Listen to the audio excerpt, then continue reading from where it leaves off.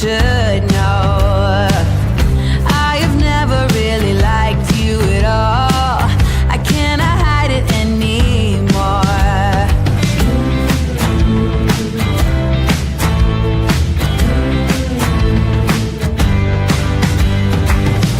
I've been thinking about the future, trying to forget about the past. So many ways that I could change for the better.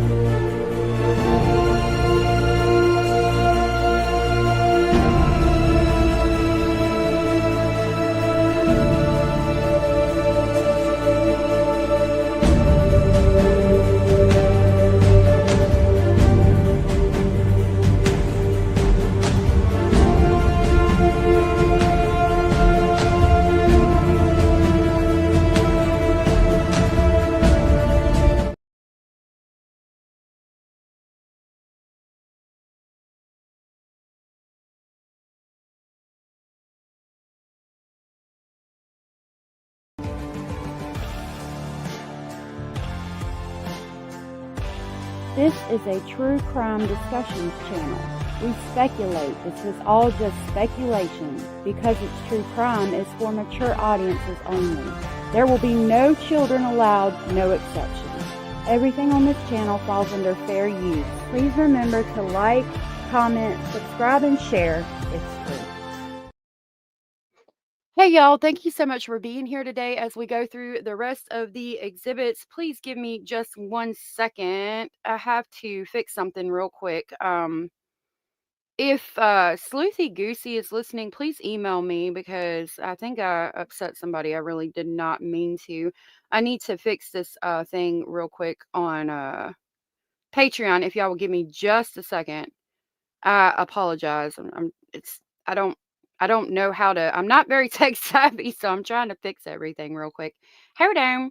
Thank you so much for being here. We are going to go over the declarations today.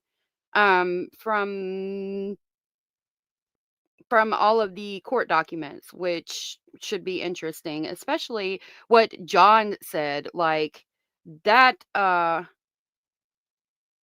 What he said just really rubbed me the wrong way.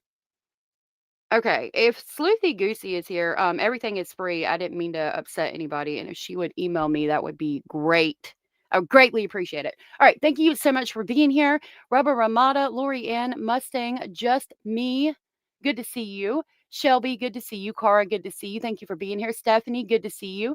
True Crime Guardians with Hio, Hannah UK, good to see you. Thank you for being here. Mustang again and Rubber Ramada again, good to see you. Thank you so much for being here. Just Me, thank you so much for becoming a member. That was so very sweet and supportive of you, and I greatly appreciate it. So very much. Let me grab the haunted train to pick you up on the way to Speculation Station. I hope you enjoy the videos that you now have access to. Thank you so very much.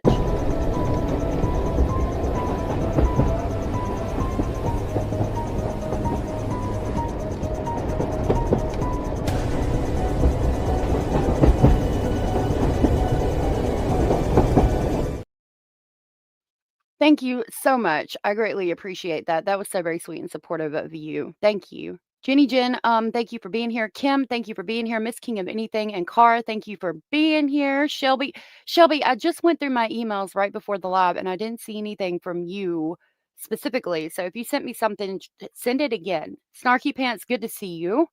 Good to see you. Captain Nemo, good to see you. Good to see you. Salisa, good to see you. Thank you for being here. One sunny day. Thank you for being here. Southern Cats, thank you for being here. Thank you all so very much for being here. Shraddha, good to see you. Abellis, good to see you. Sylvia, good to see you. Okay. Well, thank you for being here. I greatly appreciate it. So good to see all of y'all. So yeah, we're going to continue to go through all of these declarations. Real concerned about that situation that I just Okay.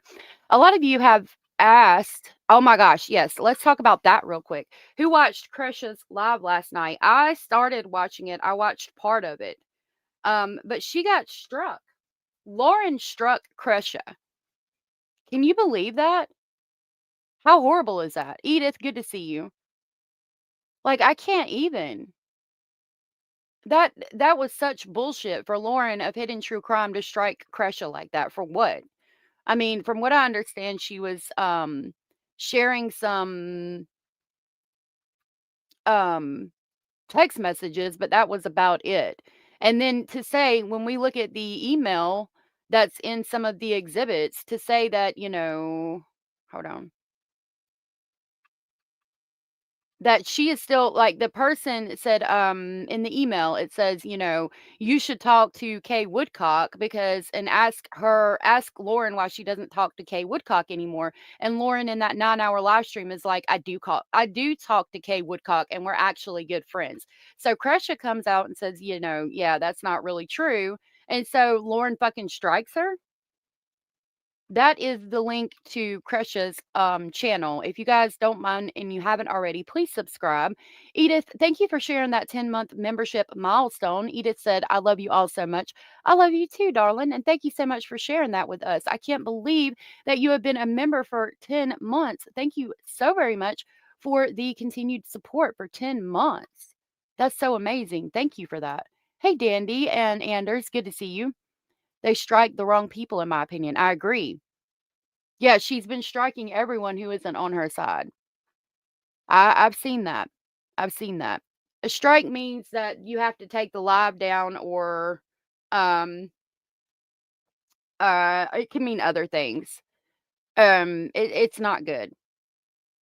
She was sharing text messages and videos and pics of JJ and Tylee that they had given to Lauren to use in her stream, but they were the family's pictures and videos. See how fucked up is that? That's so messed up that she struck her for that. Like, "Oh, I'm the only one allowed to have the rights to those to those videos and pictures, not even the family? Really?" Kim, good to see you. Chow, thank you so much for gifting 5 Speculation Station memberships, and it's good to see you, my love. That was so very sweet and supportive of you, and I greatly, greatly appreciate it. Thank you so very much. Those memberships went to Just Dawn, This Susan, Blue Jay, Becky, Firefly, Massholes Unite. You guys were gifted from Chow, and please tell Chow, thank you. Thank you so much, Chow, for gifting those memberships. And thank you for gifting the privilege of more videos to more people. That was so very sweet and supportive of you, and I greatly, greatly appreciate it. I will grab the haunted train to pick our new members up on the way to Speculation Station. Thank you so very much.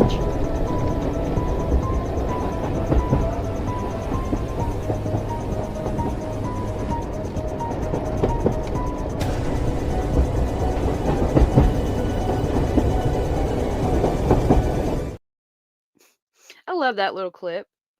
Thank you so much. You butchered that. Would you butcher? Copyright strike, that is. Privacy strikes are different, I think. I think so, yeah. I do. I do have a Discord. I'll have to grab the link. 3 strike, yeah, 3 strikes and you're out. Chow said for 5 lucky souls. Thank you. I appreciate it. I appreciate it. 3 strikes with a certain time frame means loss of having a channel on YouTube. Yep. Mhm. Unfortunately. So let's hope that that everything goes good. And I don't know. I don't think it's cool to strike people, but you know, that's on them. Hold on just a minute. I wanted to grab this link and share it with you guys. Now, okay, so one of my mods, her husband unfortunately passed away. I think he was hit by a drunk driver, if I'm not mistaken. And she has got a nonprofit in his name. She's trying to get, I think it's gifts for children in the community. And so I wanted to pin this Amazon wish list to the top. That wish list is for children in her community in Florida to have Christmas gifts this year. And so if any of you wanted to donate to that, I wanted to let you know that it's there and give you that opportunity. I will be donating to it at some point, not while I'm live, obviously, but hopefully later today. And I wanted to let you guys know so that if you felt so compelled to donate, you could do so as well. It's for Cindy from sunny South Florida. Yeah, it's been a little while, but she has a nonprofit in her husband's name, and so she's trying to help her community, and I think that's such an honorable thing, and I wanted to share it with you guys. Thank you. Yep, she's around here somewhere. I'm sure she'll see it if she hasn't seen it right now. Hey, Captain Nemo. Captain Nemo says sorry to hear that. Yeah, it's very sad. Okay, so a couple of you had asked about hold on. I appreciate the balance between the what the fucks and what in the Sam Hills here. Context is key. Context is key. We do love you, Cindy, very much. A couple of you, and I think on Patreon, Cuff you has asked. I need to make sure I reference this on Patreon, but there's talk of poison donuts. And a lot of you have said, I've looked everywhere. I cannot find the reference to the poison donut comment. And I've got it. I searched the transcript and have got the poison donut comment for you guys so that you guys could hear it for yourselves. Um, so I want to play that for you. Yeah, that's better than buying flour. Well, I think he had passed away a little while ago. There's Cindy. I pinned you can explain more. I know it's a wish list for children in your community, to, I think, have Christmas gifts. I pinned the link to the top of the chat, and I told them that it was you have a nonprofit in your husband's name, I do believe, who was killed by a drunk driver some time ago. And so she's trying to, again, raise money, and there's a wish list for children in the community where she lives to have Christmas gifts. And that link is pinned to the top of the chat if you guys would like to donate. Maybe you could explain it more. Shraddha. I remember the comment live, wouldn't know where to find it. Yeah, so we found it, and I do want to share that with you guys because a lot of people had asked. So let's bring that up before we go through the declarations. What I did, just so you know, was I went through, and down here it says show transcript. So you clicked show transcript, and then on your keyboard you hit Control and F. And when you do that, this box right here pops up. And so I typed in the word donuts, and it brought me, it's a little bit further down that it says donuts right there. She brought up poisonous donuts, Lauren.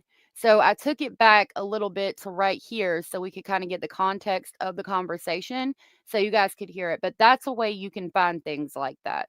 So again, this is Lauren from Hidden True Crime. Lord have mercy, let me drop the link. I'm only going to be playing part of her live stream. Here is the link for Lauren's 9-hour live. And we're going to hear the comment about the poisonous donuts. I was also completely taken back by the fact that a bunch of my private text messages were being released. Scared the hell out of me. I didn't know what that meant. 6 years of messages. And this woman saying to me, they're horrible. They're terrible. Like I've said from the beginning, though, I don't know if she, from my understanding, these text messages are in group chats. Like, why are you in group chats talking straight cash shit about people? I'll never understand.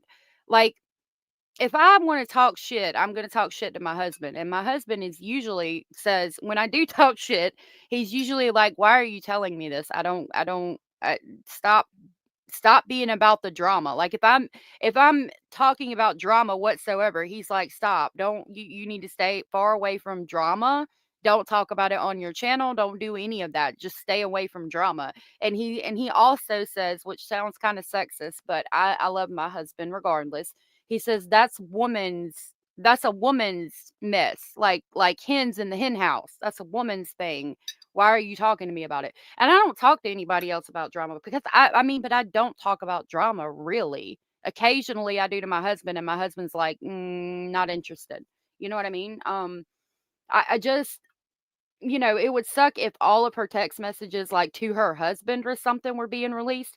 But if it's text messages from group chats, that's a different thing. Maybe you shouldn't have said those things. Like, again, don't say shit that you wouldn't say to somebody's face if it got released, because you have to live your life. Like, eventually that person might get mad at you and drop all your text messages. And like I've said from the beginning, if somebody came out right now and dropped everything I had ever said in any Discord chat or any text message or anything, I would say, yeah, I said that. This is why I said that. I either still feel that way or I don't feel that way now because I've met the person, learned the person more, et cetera, et cetera. But I'm going to say, yeah, I did that. Maybe I shouldn't have. I'm sorry. End up. I mean, I don't know what else to do. Copyright disclaimer: under Section 107 of the Copyright Act of 1976, allowance is made for fair use. Purpose such as criticism, comment, news reporting, teaching, scholarship, and research. Please do not contact anybody mentioned in this live stream at all for any reason whatsoever. Don't be nasty if you don't want to be exposed. Not rocket science. Exactly. Thank you, guys. Yeah. Your friends are horrible. They're cruel. I can't believe what they said. I can't believe what you said. She brought up poisonous donuts, Lauren, poisonous donuts in Delphi. I was like, I don't know what you're talking about. She's like, you don't know what I'm talking about? Something about poisonous donuts? This is what I recall again. She's the one that recorded, not me, too.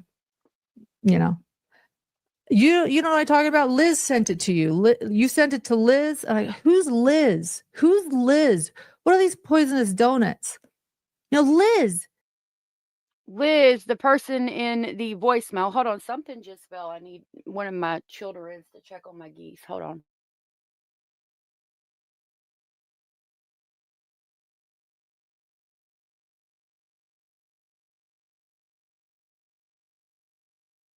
Sorry about that. Thank you. Natasha Freeman, don't ever put something in a private text that you wouldn't say to someone's face. Bingo. Bingo. Boom, boom, boom, bop, bam.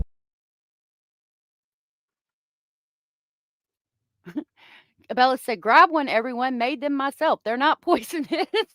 Like, where did the poisonous donuts come from? What is this, love? Is this the group that you're promoting? Because if so, I'll pin that to the top of the chat too. And I apologize for not having done it earlier. I had remembered you said something about it, but I didn't remember. I didn't recall until Hio and I were talking this morning, and I was like, "Oh, wait a minute, I need to share that." And she reminded me. Thank you. Robert said, "Hannah, no, they did not give me my video back, so not always on copyright." Oh my God, what happened? What is the context of this donut discourse? Eh, d Evidently, there's a text message from what she said so far is that she's texting her about poisonous donuts, saying, "All your text messages are going to be released. Basically, you're a piece of shit talking about poisonous donuts," saying, "Poisonous donuts? Poisonous donuts, Lauren? Really? Poisonous donuts?" And Lauren said that she doesn't know what they're talking about up until this point. So let me continue playing it and hush my daggum mouth. You don't know who Liz is? No, I don't know who Liz is. Who's Liz?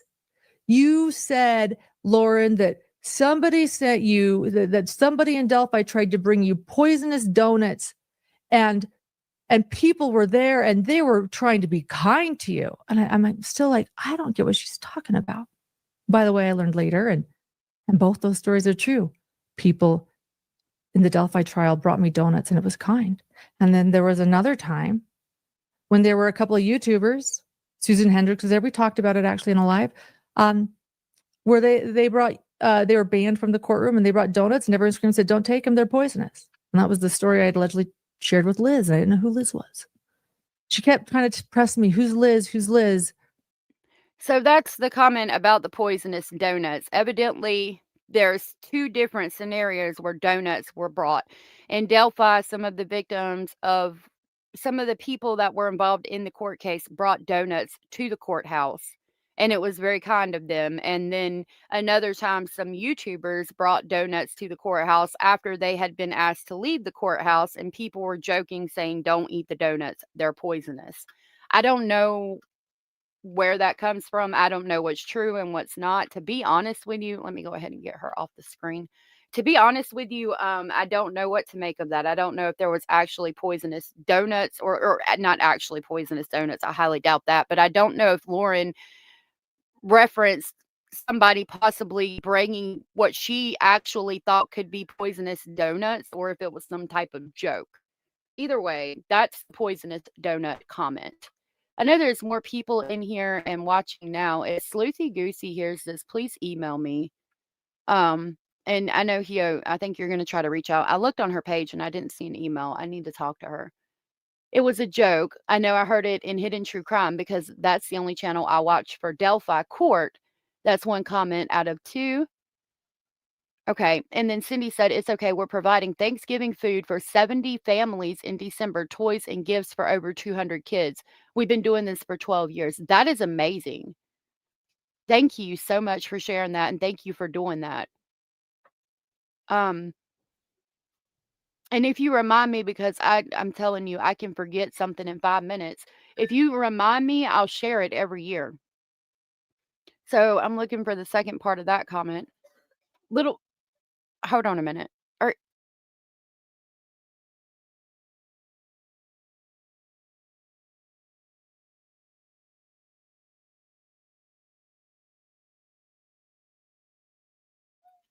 sorry about that.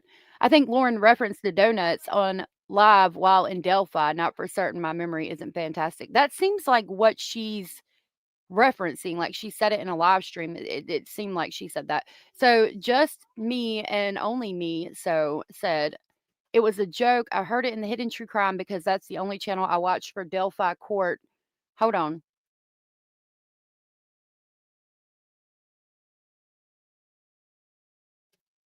Lord have mercy. That's the only channel I watch for Delphi Court, one of two. I don't recall if Lauren joked about it or if it was someone in her background. Okay, thank you for that. But I wanted to make sure that I brought that up for you guys. I think Lauren referenced the donuts on live. Yeah, we read that. Okay, I apologize. I'm all over the place. All right, so let's talk about some of the documents here. The declarations. We get to hear the declarations from Christina, from everybody. And then Lauren Matthias made a second declaration. These are watermarked. I have made them available on my Patreon for free. So if you are a member of my Patreon on the free tier, you can get all of these documents and all of the exhibits. Okay, hold on just a minute. So we read Lauren's. I want to go back to read John's one more time just to remind you of what that one said. And then we'll continue on with some that we haven't read. Let me pull it up. Okay. So this is the declaration of John Matthias. And if I don't have any here, I'll pull them off of the Patreon. We got them from everybody. I want to tell y'all what everybody said. I'm gonna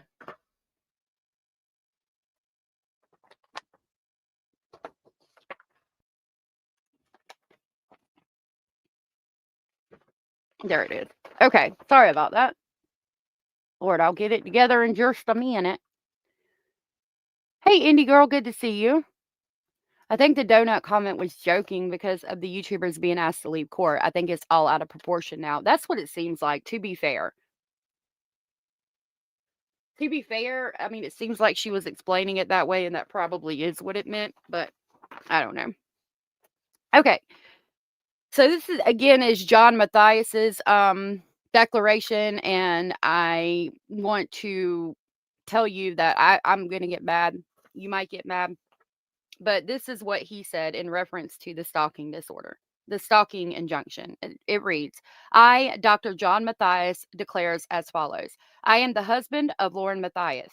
I am a clinical and forensic psychologist, licensed in both Utah and Nevada. I received an undergraduate degree in philosophy from Princeton University, a master's degree in marriage, family, and child counseling from the University of Southern California, and a doctorate in counseling psychology from the University of Southern California. I want us to remember, as I grab my highlighter, so I remember, underline it, that he says that he has a master's degree in marriage, family, and child counseling, specifically child counseling. Okay. I am currently a partner with Lauren in Hidden Productions, where we co-host the Hidden True Crime podcast and YouTube channel. I also supervise doctoral students at the University of Nevada, Las Vegas, and have done so since 2007.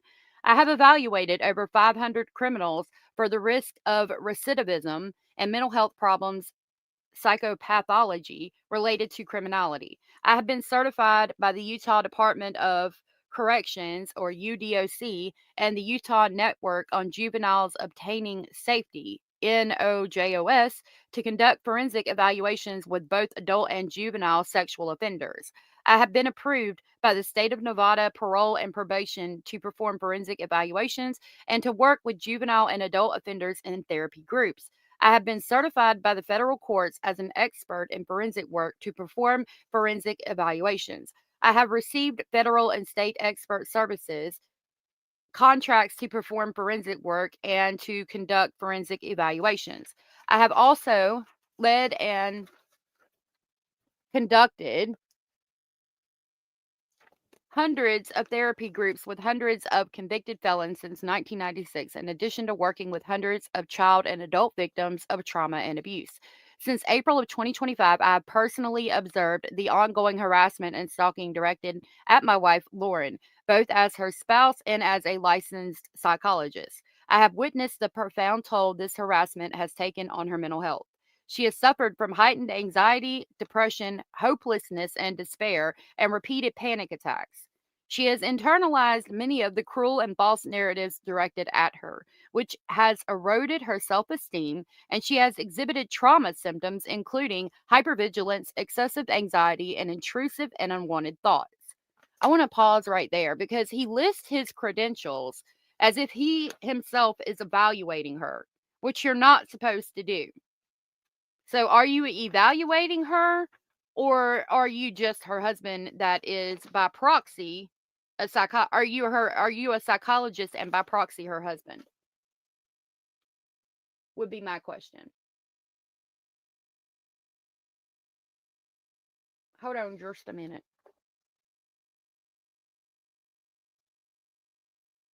Okay.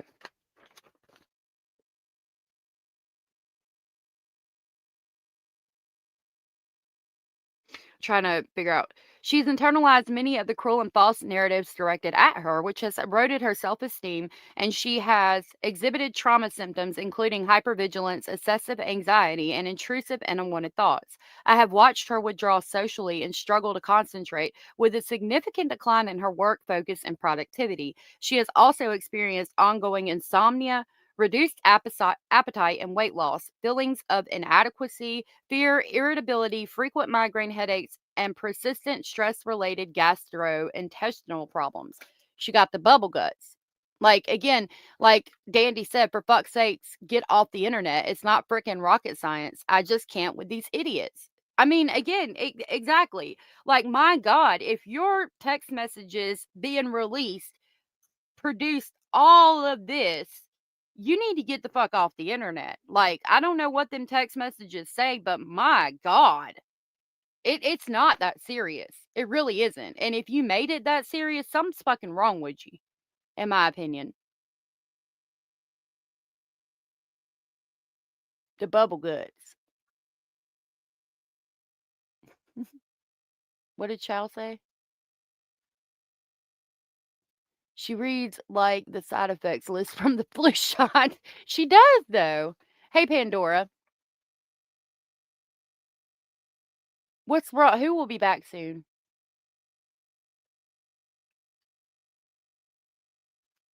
Oh, no. What's going on? Okay, continuing. On more than one occasion, she has expressed self deletion thoughts, overwhelmed by the relentless nature of the malicious and false attacks directed toward her. The day I will never forget is July 7th of 2025 at approximately 5 o'clock in the morning. I woke up to Lauren rocking in our bed in visible distress. She was holding her legs tightly against her chest in the fetal position as she rocked back and forth on the bed. She was experiencing a severe panic attack, and she told me that she did not want to live. That moment was devastating for me as her husband and deeply alarming as a clinician who understands the seriousness of such statements. Never once in the 10 years I've known Lauren has she ever expressed or considered such self deletion thoughts. I was devastated and concerned by this extreme change in her behavior. A couple of you have pointed out in the comment section that if this is true, and if he saw this, could he not lose his license for not calling 911? You would call 911 in that instance. You would call 911. And if she asked you not to, then I would say then it's not as serious as you are making it out to be. Like, if you really feel that way, I need to call 911. If you feel like it's not serious enough for me to call 911 and you don't want me to call 911, then you need to stop this shit. Because either you feel like that or you don't. Either it is that serious or it's not. So either I need to call 911 because you really feel like you're about to do something, or I don't, and you need to calm the fuck down and chill the fuck out. I'm sorry. Maybe I'm brash. Maybe I'm mean. I don't know. That's how I would have handled that. Blue Giraffes, good to see you, said, if this is true, she needs to be institutionalized and away from her son. I agree. Hey, Miss Sarah, good to see you. Which sucks because I have so much to say. There's a lot to say about this. Hey, Addie V, good to see you. Does his license outweigh the fact that it's his wife? I would think that, I mean, with it being put in a declaration and out here for everybody to read and in court documents, I would think that it wouldn't matter. You know what I mean? Hey, Percy. In my opinion, this is over much more than a few TikTok videos and messages. I wouldn't care if some unknown person released my text. And why draw all that much attention to her? It was on TikTok. Not even everybody watches TikTok. There was nowhere near the amount of eyes on this situation as there was after she talked about it on that 9-hour live. Hey, Julie, good to see you. Good to see you. Good to see you. Thank you, everybody, for being here. If you don't mind, please. Oh, twinkle, twinkle, baby, and hit the thumbs up. Come on, players, stop hating. Stop hating. Start participating. Start participating, Star. Come on, twinkle, twinkle, baby. Twinkle, twinkle. Twinkle, twinkle, baby. All right. Oh. Well, thank you, Miss Sarah. It's good to know that you're here. I hope you have a good day at work. In my opinion, this brat bully has crashed her career, and no matter how much foot stomping she loses. I think so. I saw a video of the gal approaching the table, and the gal seemed very reasonable, and she left as soon as the waiter told her to leave. Like, it seems like they were just having a conversation. You know what I mean? Vincent is hot. Okay, continuing. Um, okay, this is the part that really pissed me off. Our 8-year-old son has also been greatly affected by these events.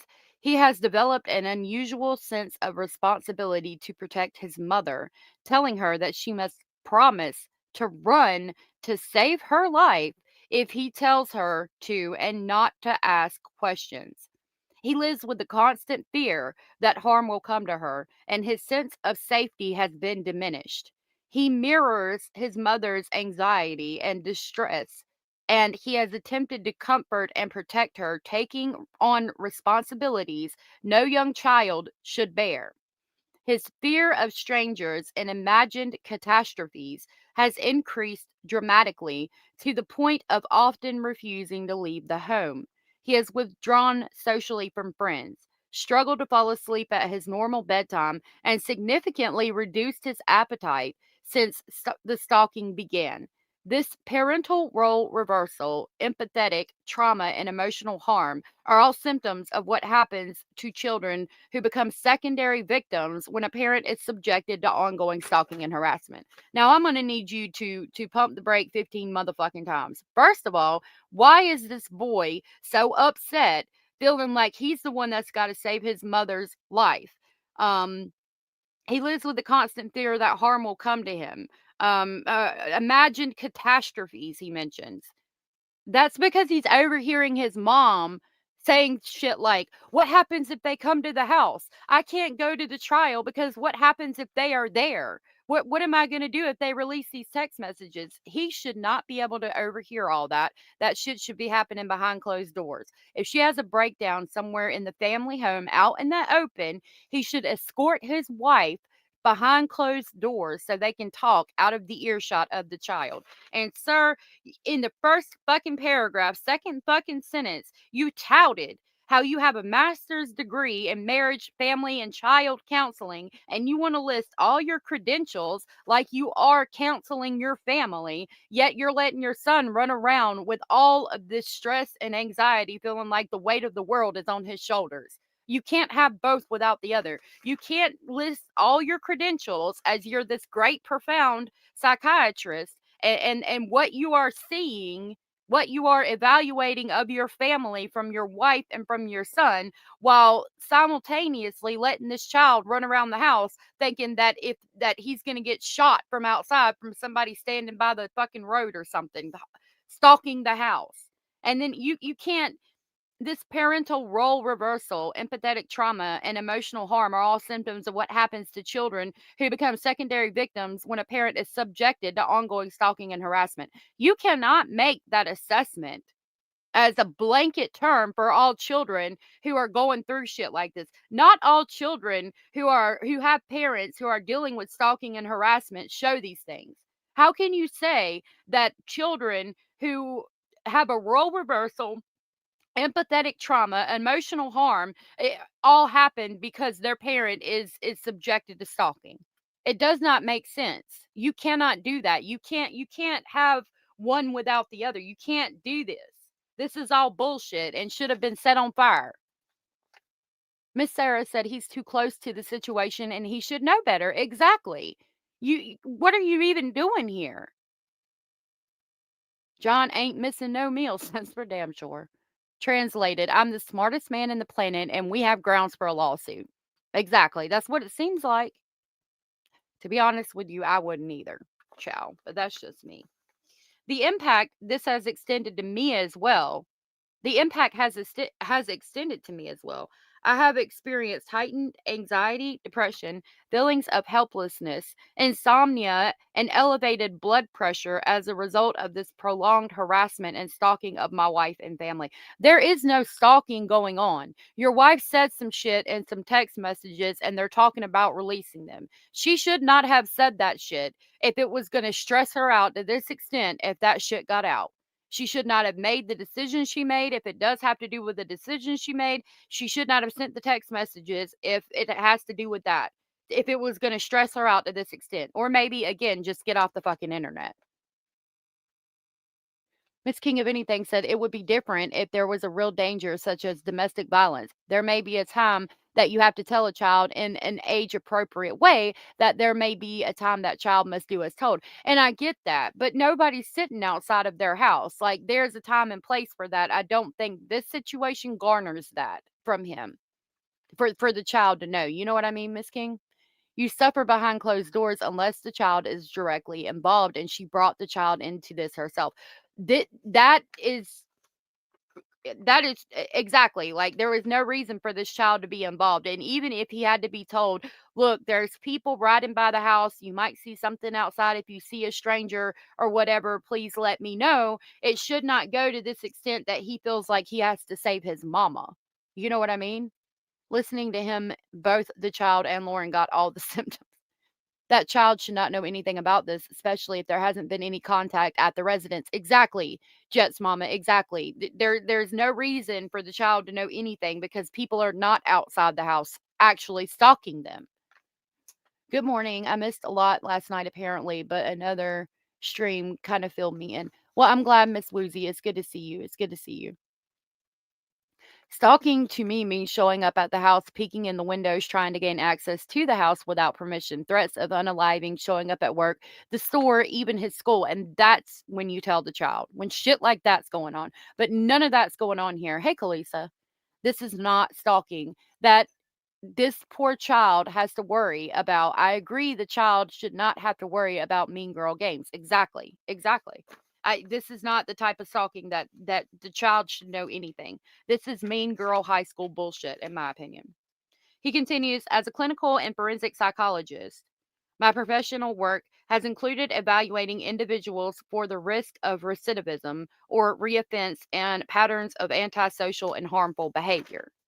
In my expert opinion, when an individual repeatedly violates a stalking injunction, it demonstrates not only a lack of respect for the authority of the court and the rule of law, but also clear antisocial traits that significantly increase the risk of harmful behavior in the future.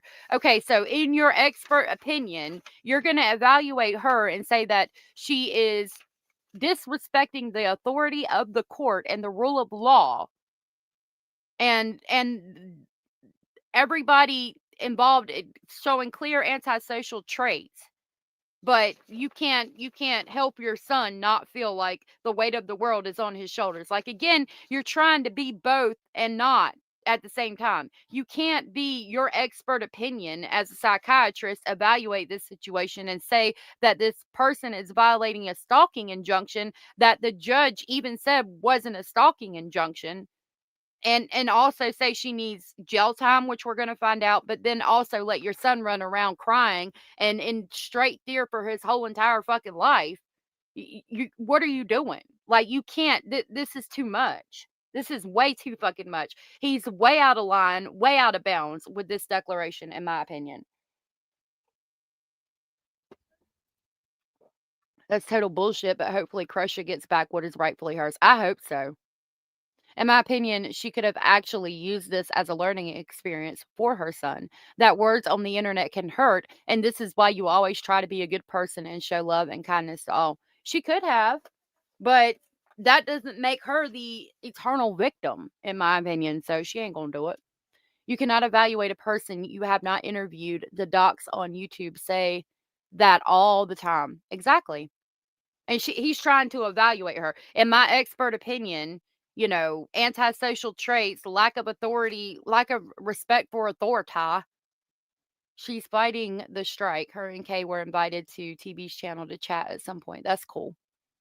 Little bit of Lisa, good to see you. Lauren brought this to us all. Now she can't handle the reality. And I mean, again, even at that, you brought it to YouTube. I mean, that's a double-edged sword. You take a chance of everybody, doing exactly what we've done, and you can't handle it. Again, get off the internet. Miss Sarah said, even as a student, we are taught how important ethics are. You don't professionally evaluate your loved ones. You refer it to someone not associated with the case, someone neutral. Exactly. But not only is he evaluating everybody in the family, he's trying to evaluate the quote unquote stalker by proxy. Like, what the fuck? Bop, boom, boom, boom, bop, bam. I cannot with this bullshit declaration from Dr. Babe. You don't evaluate someone you don't personally speak to with intentions to evaluate them. Right. And I mean, he's evaluating her on what the words Lauren said. The words that Lauren said, that claiming that she's her fucking stalker, while even the judge said that she's not. Not to mention the conflict of interest in evaluating someone you are in an ongoing legal conflict with. Exactly. He shouldn't have analyzed them. He should have taken his doctor hat off and spoken like a husband and a father. Yeah, like you can't be both. Hey, honeybee. John made himself look really dumb. I agree. He really did. I can't believe how much worse she made the whole situation and continues to do so. Striking Kresha last night was not a fucking good idea at all. Like, even people that were kind of on the fence are now going to be totally against her. That was the worst thing she could have done. Lauren expected to snow everyone, just an example of how she sees herself as that powerful, and she isn't. Exactly. I'm pulling my hair out every year. This is so much we're taught not to do. Right. Sarah, I believe it. But if it makes you even more, to piss you off a little bit more, he's allegedly an adjunct professor and teaching, helping, like shadowing students or teaching them for their thesis, their senior theses. You're an adjunct professor and taking on one student a year to go with you to do interviews and shit like that to help them with their theses. So he's teaching students while writing shit like this. I cannot. I saw something in in a caption referring to Lauren striking a lot of creators. I've heard that. Hopefully, we'll be okay. The copyright claim has me gobsmacked over here. I was choosing to remain quiet until that happened, and now I'm like, nope, I'm gonna speak up. And I don't think that you're I think a lot of people are feeling like that because that was bullshit. You're gonna say, when somebody writes in a message, ask Kay Woodcock why Lauren doesn't talk to her anymore, why she and Lauren don't talk anymore. And Lauren's like, we do talk. We're still good friends. And then you go and strike her and her daughter or her niece. I can't figure out which one. And absolutely not. Danny pointed out he's a mandated reporter and is. And is. I haven't seen anyone on their side except for Duty Ron. Yep. Can't roll my eyes hard enough. Mucking hoodie. I'm wondering if this drama and unethical behavior is going to blow back on Dr. John in his profession. I don't know. I genuinely hope not. I genuinely hope that they can kind of back up and walk away from this and just take the loss and live their life as they were. I think that's what she needs to do, but I don't know. Let me continue, get done reading this. For this reason, I am especially concerned for the safety of my wife, my family, and myself. These restraining order violations, combined with the escalating psychological harm we have endured, have led me to respectfully request that the court not only uphold but strengthen the stalking injunction in this matter with the recommendation of a referral for criminal charges. Get the fuck. I can't. excuse my French, but What the fuck, y'all? God damn! God damn! God damn! what stalking injunction? The judge even told her, I'm sorry, if I saw my stalker somewhere, I would not enter the same area that they're in and then basically ask them to be escorted away. That's you trying to assert your power and control over everybody. This is not a stalking injunction. Just stay the fuck away from each other. Broken goth doll, good to see you, love. Thank you for being here. Cara said, I saw that clip from Annie Elise that her former employee is putting money on Lori's books and has a pen pal relationship with her. I'm so curious who that could be, and I believe it's someone from Hidden True Crime. It could be, and it makes sense because they're going to try to get the scoop and email them. But you know, I'm a horrible person for doing the same thing. Let me. It's his ethical duty to report self-deletion talk. It is, but he didn't. Because I believe he knew it wasn't like, again, that's why I say I might sound cold, harsh, or brash, but if I saw somebody exhibiting behavior like that and saying they wanted to harm themselves, I would say, okay, in this moment, I'm calling 911 and we're going to have you committed. We're going to get you the help that you need. And if they were like, no, no, no, don't do that. Don't do that. I don't want anybody involved. I would say, too bad, so motherfucking sad. You're not going to sit here and exhibit this behavior and I'm not going to treat it as if you're really about to do this. If you're not really feeling that way and you don't want people involved, then you need to stop acting like this. Like either you feel this way or you don't. If you feel that way, I'm going to get you help because I love you and I care about you. If you're not feeling that way, then you need to stop acting like this. Period. Sorry. I don't know the FOIA rules in Idaho or Utah. I don't know where that witch is being held. I don't know where she's at either. I didn't follow the case enough to know. She said something about getting a federal stalking injunction. Not a thing. Wow. Imagine that. That is not fear. You would be afraid to be there. Exactly. You would be afraid and you would leave. You wouldn't be saying, "Oh, I'm here, so she needs to leave." There is no indication based upon past and current behaviors that the stalking and harassment will cease with or without the stalking injunction. So at that point, as the judge, I would say, okay, so I'm going to deny it. There you go. I mean, if it's not going to stop either way, what the fuck are you wasting my time for? I declare under penalty of perjury and under the laws of the state of Utah that the foregoing is true and correct. Gracious. See now, oh, it does have Pace Johnson Law Group. There is a text referencing Annie saying she saw changes in Annie after money started coming in. Wasn't terrible, but wasn't nice either. There a couple of people are saying that once they got sponsors and got money coming in, people changed. I hope. I don't know that I'll ever have money coming in like that. I mean, I don't think I would change. You never know, until it happens. But I'm gonna say I wouldn't change. I don't see myself changing for the money because I always look at any money I make every month as a blessing. This YouTube channel could be gone forever in the blink of an eye. I hope it's not, but things like that could happen. That's why you shouldn't depend on your income from your YouTube channel. It should be an extra thing, a side hustle, a blessing. Like, absolutely not. I hope to make a business out of it, yes, but like it's just a side thing. It's not something that I'm going to base my whole life around. Financial wise, anyway. You know what I mean? You can tell who she means because she references the phrase true crime besties. I thought Annie at least did that first before Lauren did, if I'm being honest. She's saying that for sympathy and cash from her fans, in my opinion, emotionally hijacking her followers. I agree with that. True crime besties making you feel like, but then she calls them fans. Like, no. I think Megan Connor is supporting her as well, unless that has changed. I don't know who Megan Connor is. She's probably got a few people supporting her, but like, uh, I don't know. I just can't. And I'm not trying to like be mean or anything, but I've been through too much shit in my life to be on board with some shit like I can't. I would kick my own ass. I would come from the future, grab me by the collar of my shirt and be like, bitch, what the fuck? Like, I can't. I've been through too much shit. Like, you over here crying about fucking text messages, then you shouldn't have sent them.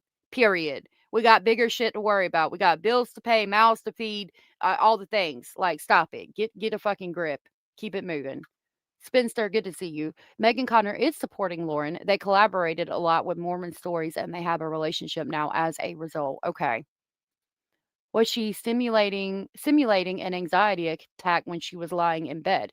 She sat up and was rocking back and forth saying she wanted to self-delete. Elise has been saying true crime besties for as long as I can remember. See, me too. I remember her being the one that said that, not hidden true crime. She was very chatty for someone experiencing a panic attack, in my opinion. I agree. I think Annie did change. I used to watch her when she put videos out after work. Lauren seems to be the one who has changed more. Oh, thank you, Spinster. I appreciate it. I wish I could be worried about some text messages. Like, I wish my life was that good to where I could be just worried about some fucking text messages. Lord have mercy. But even then, I wouldn't realize how good I had it, honestly. Megan Connor is Lori Daybell's cousin, but she is not like Lori at all. I consider Megan a friend, but I haven't talked with her since the whole thing started. Really? I didn't know that. I wonder if Megan Connor is supporting her and she's Lori Daybell's cousin, why did Lauren strike Crescia, who is Kay Woodcock's, I thought, niece? I've also heard daughter. I've been watching Annie since almost the beginning, and I always remember her saying, "Let's talk with your true crime besties." I want to feel like you're talking true crime with your bestie.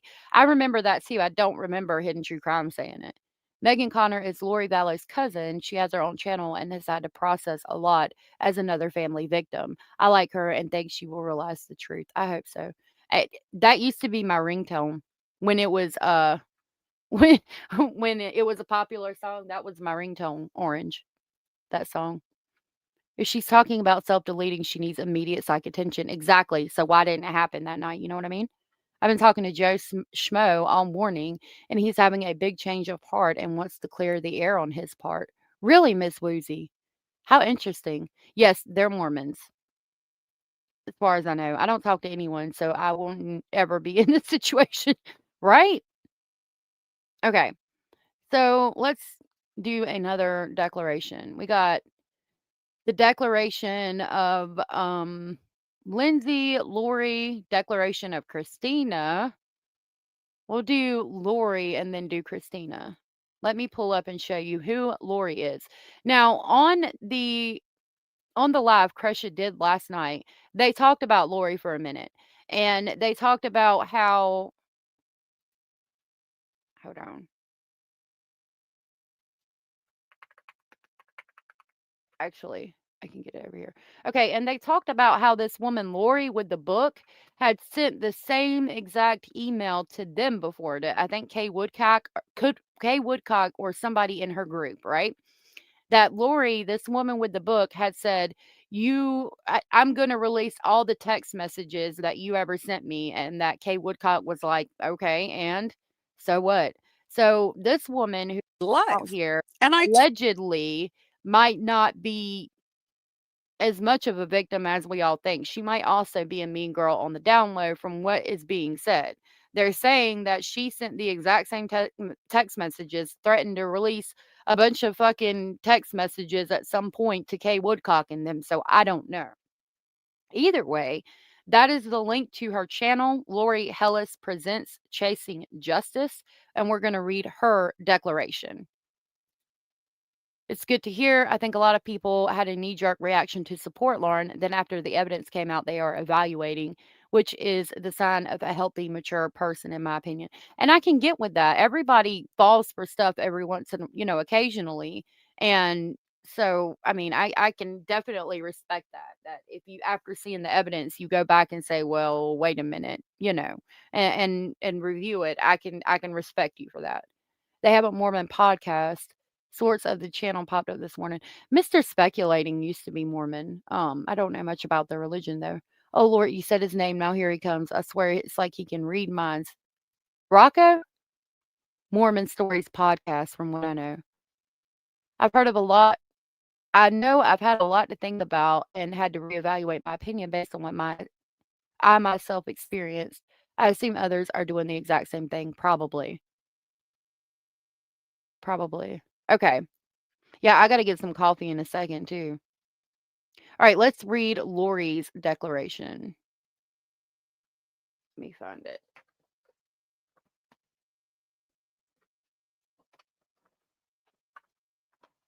So many declarations.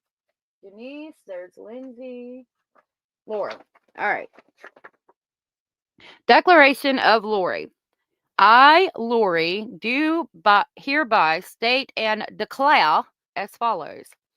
Now, again, it has the numbers 1, 2, 3, 4, 5, all of the things. I'm just going to read the document as it's written. You know, when Lauren came out with it, I listened to it, and I think by the time I got a hold of it, a lot of people had reviewed it, and I was kind of on the fence for a minute. And then I think it was the day or the day before I started talking about it over here that I was really like, yeah, we're not doing this shit. That's a bunch of bullshit. But from the beginning, I was like, you know, this is mean girl high school bullshit. Like, I wish, you know, how many people wish that this was all they had to worry about? Like, Lord have mercy.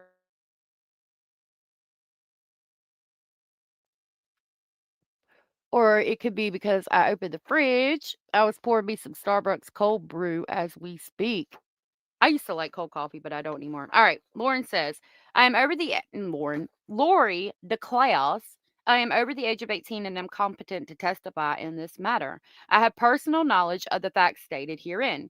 I have reviewed the allegations and the declaration of Greyson and the documents referenced therein and the declaration of Lauren Matthias, the Matthias Declaration, and the documents referenced therein. I make this decision in response to certain allegations in the Greyson Declaration and Matthias Declaration for which I have personal knowledge.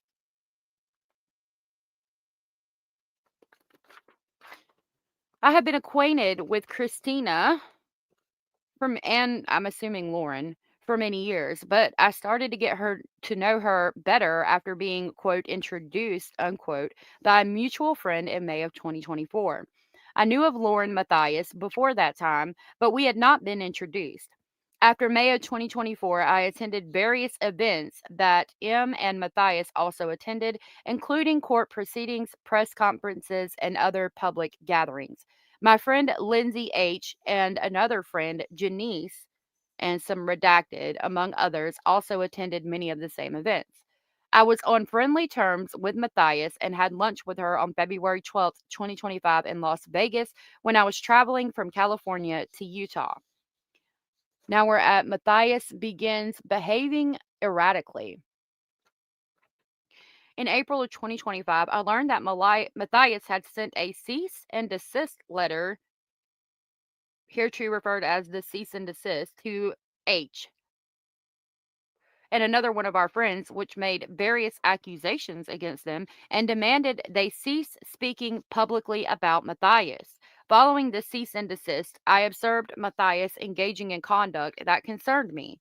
I noticed that despite sending the cease and desist, Matthias went out of her way to speak to H or enter into H's physical space. See, again, that's a big thing for me. I'm going to read that again. I noticed that despite Lauren having sent the C and D, she's going into places and entering the spaces that these other people are at. That's a power, that's a control thing, a power thing. I'm here now. I'm in this room. So you need to be escorted out. Isn't it embarrassing? Now we can laugh at you for having to be escorted out because I'm in here and I am better than you. I am more powerful than you. I am in more control than you are. You have to leave out of my presence. That's what that says to me. I had no skin in the game and I don't now, except for the username being mentioned on certain live streams because I was at the bar with the group that was adjacent to Lawrence. Really? Did you know what did you notice when you were there, Miss Woozy? I'm more of a coffee person, but I'm here for the tea. Right, Hannah? Maybe we should go watch Crush's live over and over. I can put it on a different device and just let it play to get view time. There's a lot of people trying to look at that live. I don't know. You could put it out and you would get a lot of views if you have it. But I don't know if Crusher would want you to do that. So I just had to, but it's Miss North that would get it. Crusher will be on again tonight, and she isn't apologizing. I can tell you that. Joe, thank you for that information. Let me drop her link. Let me see if we've got it, because I would love to share that. Doo-doo-doo. I pulled her up a second ago at the beginning of the stream.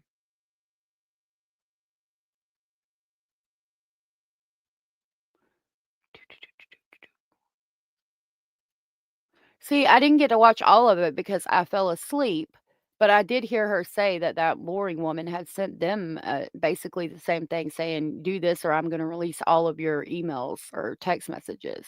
Okay, so there's not a live scheduled yet, but here's the link to her channel. If you guys have not subscribed, please do so. I will definitely be there tonight. Try to record it this time. It's been a while since I've watched a live or video on your channel. Glad to be back, especially about this case. Hi, love. Thank you for being here. It's been removed. I know the one from last night was removed.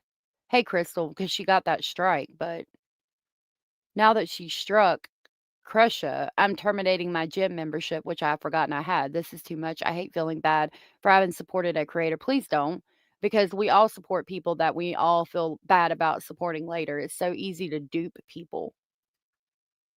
I don't like when people dupe people either, but don't feel bad about that, love. I can do that too. I get what you're saying. Support her as a creator. Yeah. Yeah, she did. Jay for Justice clipped some of it. She did.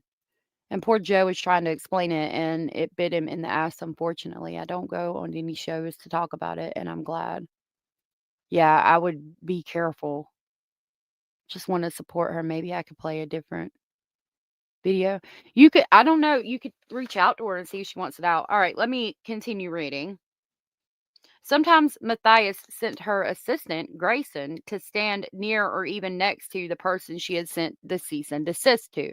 See, it's just a bunch of dumb shit. For example, I attended portion of Lori Daybell's trial in Maricopa County, Arizona, the week of April 21st, 2025. During those proceedings, Matthias and or Greyson came over to her to where I and the girl she sent a cease and desist to and others were sitting or standing and stood or sat nearby. I observed similar conduct when I attended portions of Lori Daybell's trial in Maricopa County, Arizona, the week of June 9th, 2025. I estimate that Matthias and or Yor approached us at least 6 times. Matthias and Greyson approached them at least 6 times after having sent a cease and desist. So now when you look back at the document we covered yesterday with all of the exhibits in it, where they talk about, yelling at them, you sent her a cease and desist, like don't talk to her. Now it makes more sense because she's walking over there and standing by her at least 6 times. Like you're poking the fucking bear, as the girl said. They keep poking and expecting no reaction. At one point, Greyson appeared to be trying to read the girl they sent assist to screen on the device that she was using. So Greyson's so fucking close to the girl they sent a cease and desist to that she's trying to read what the screen says on her fucking phone.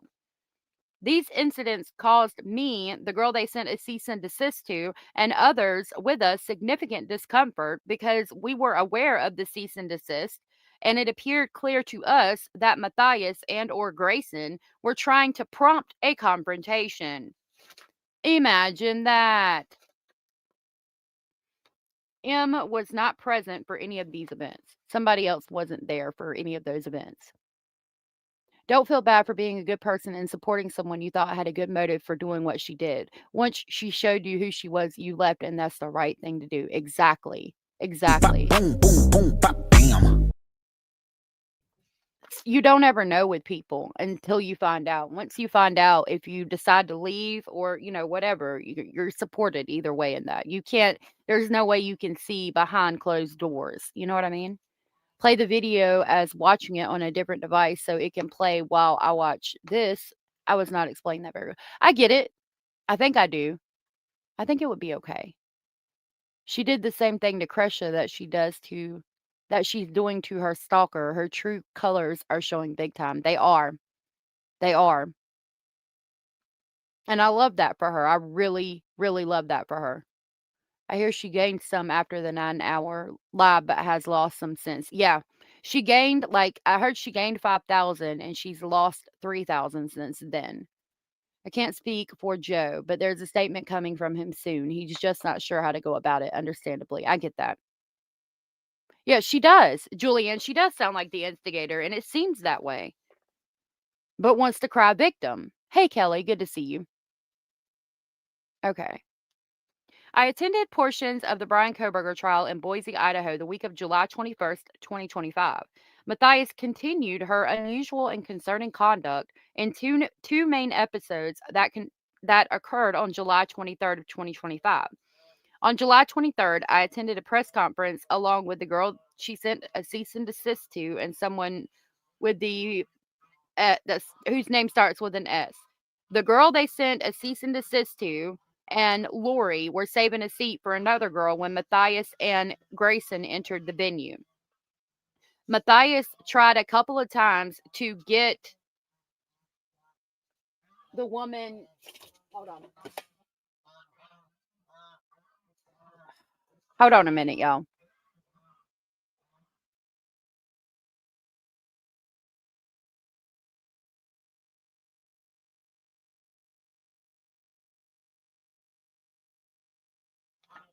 Sorry. Oh, I get what you're saying. I'm sorry, love, if I misunderstood. So she was saving a seat for somebody when Matthias come in. Matthias tried multiple times to get the girl that she sent a cease and desist to attention to ask if she could sit in the seat that they were saving. I saw the girl that she sent a cease and desist to appear extremely uncomfortable as she tried to avoid contact with Matthias, eventually putting her hand up and turning away. Wow. Done set a cease and desist, been trying to talk to her like 6 different freaking times, trying to poke at her and get her to talk after having sent her a cease and desist, and she keeps just fucking with her. Hey, Banana Bottom. Hey, Twisted Quill, good to see you.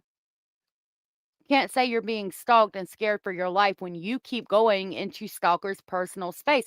And that's exactly what the judge said, Julianne. Like, she's the only one who doesn't seem to fucking get it. And she gets it. She just doesn't want to get it. She wants to act like she don't. At that point, I briefly spoke to Matthias to tell her I did not feel that it was appropriate for Matthias to try to speak or sit by the girl she had given a cease and desist to. At that point, Matthias and Greyson crossed to the other side of the venue and easily found a seat, which made it obvious that there was no reason for Matthias to try to engage with the girl she sent a cease and desist to. Then, for no apparent reason, Matthias sent Greyson back across to our side of the venue. Greyson came and stood right next to me and my group, including the girl they had sent a cease and desist to, who were seated. Later that night, I went with the girl they sent a cease and desist to and the girl whose name starts with S and others to the girl they sent a cease and desist to's favorite restaurant in Boise. We dined for approximately 2 hours before leaving to go get dessert at a different restaurant across the street.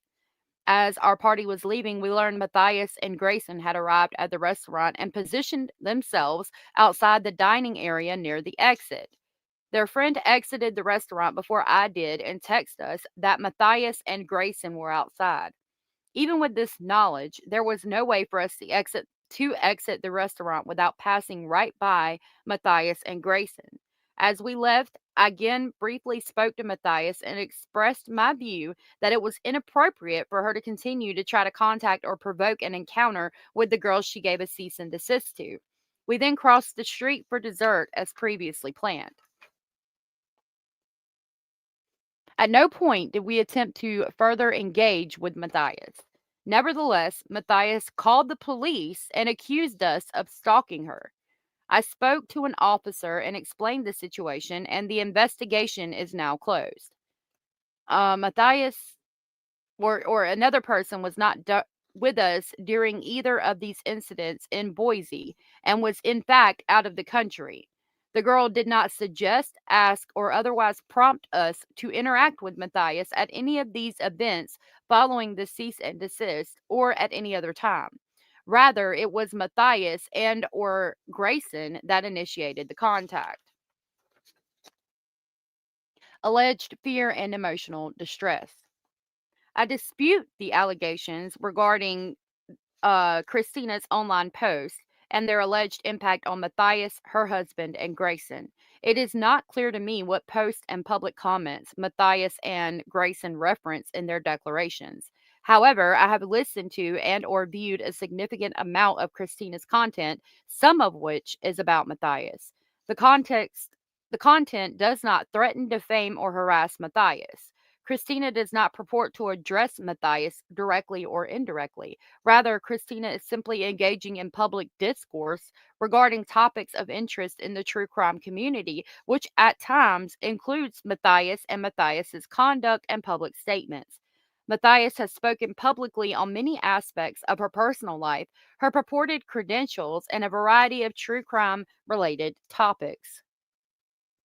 From what I know of Matthias and Greyson, based on their public statements at the time and that I have spent with them, I do not believe that they have suffered the adverse effects they describe in their declarations.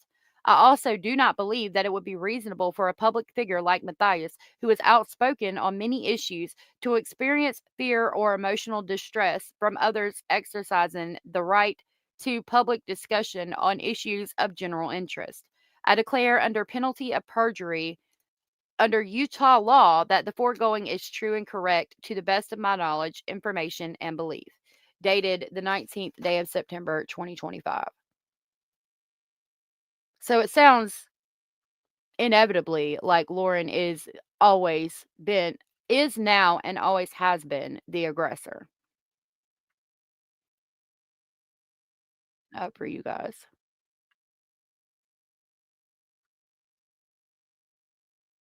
Because I've got to step away for just a second. Hold on just a minute.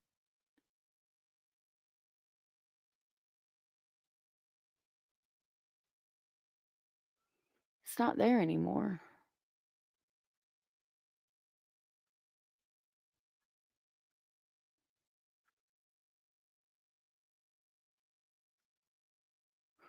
Okay, let me see what y'all are saying. I'm crying and laughing so hard. Miss Woozy said the lawyer compared them to Tobias and Lindsay Funk from Arrested Development, and I snorted and laughed because it's so accurate. Lauren dressed up like Brad Pitt when John does a good job recording the podcast with her.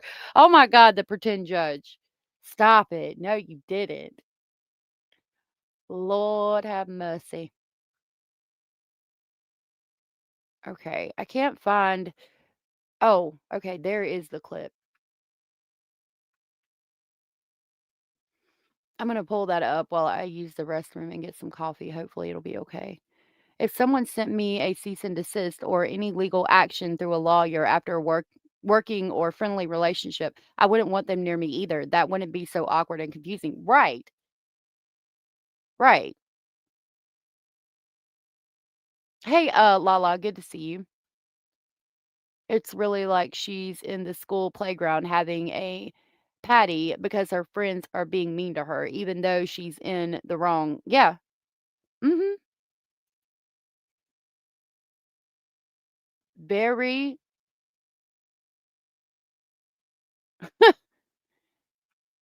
I don't even know. My eyes are blurry and I can't see your screen name. So we welcome all comments here.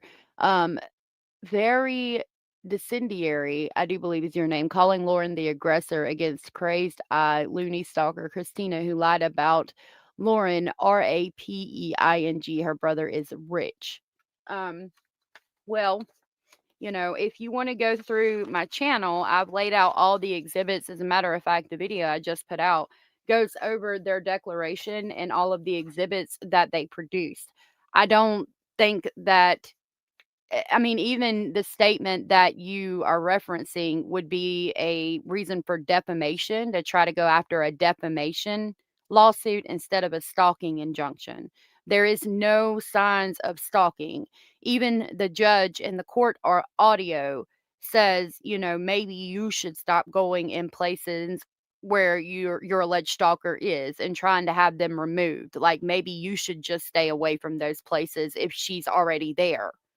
Um, feel free to look at all of the information that's out and make your own decision. I actually ask you to do so in that video I put out.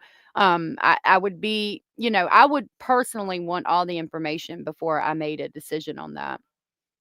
Mock L is a desperate attempt to milk money and get new subscribers. Okay. Yeah, you don't know, you're obviously new here and don't know me. I'm using Lauren's logic and your comment is bothering me. So you're harassing us here. I mean, to be fair, obviously you don't know us here. So have fun with that. Make money. Okay. All right. So I need to step away and grab me a cup of coffee. I'm gonna drop the link to Jay for Justice's video right here that I'm gonna pull up for you guys.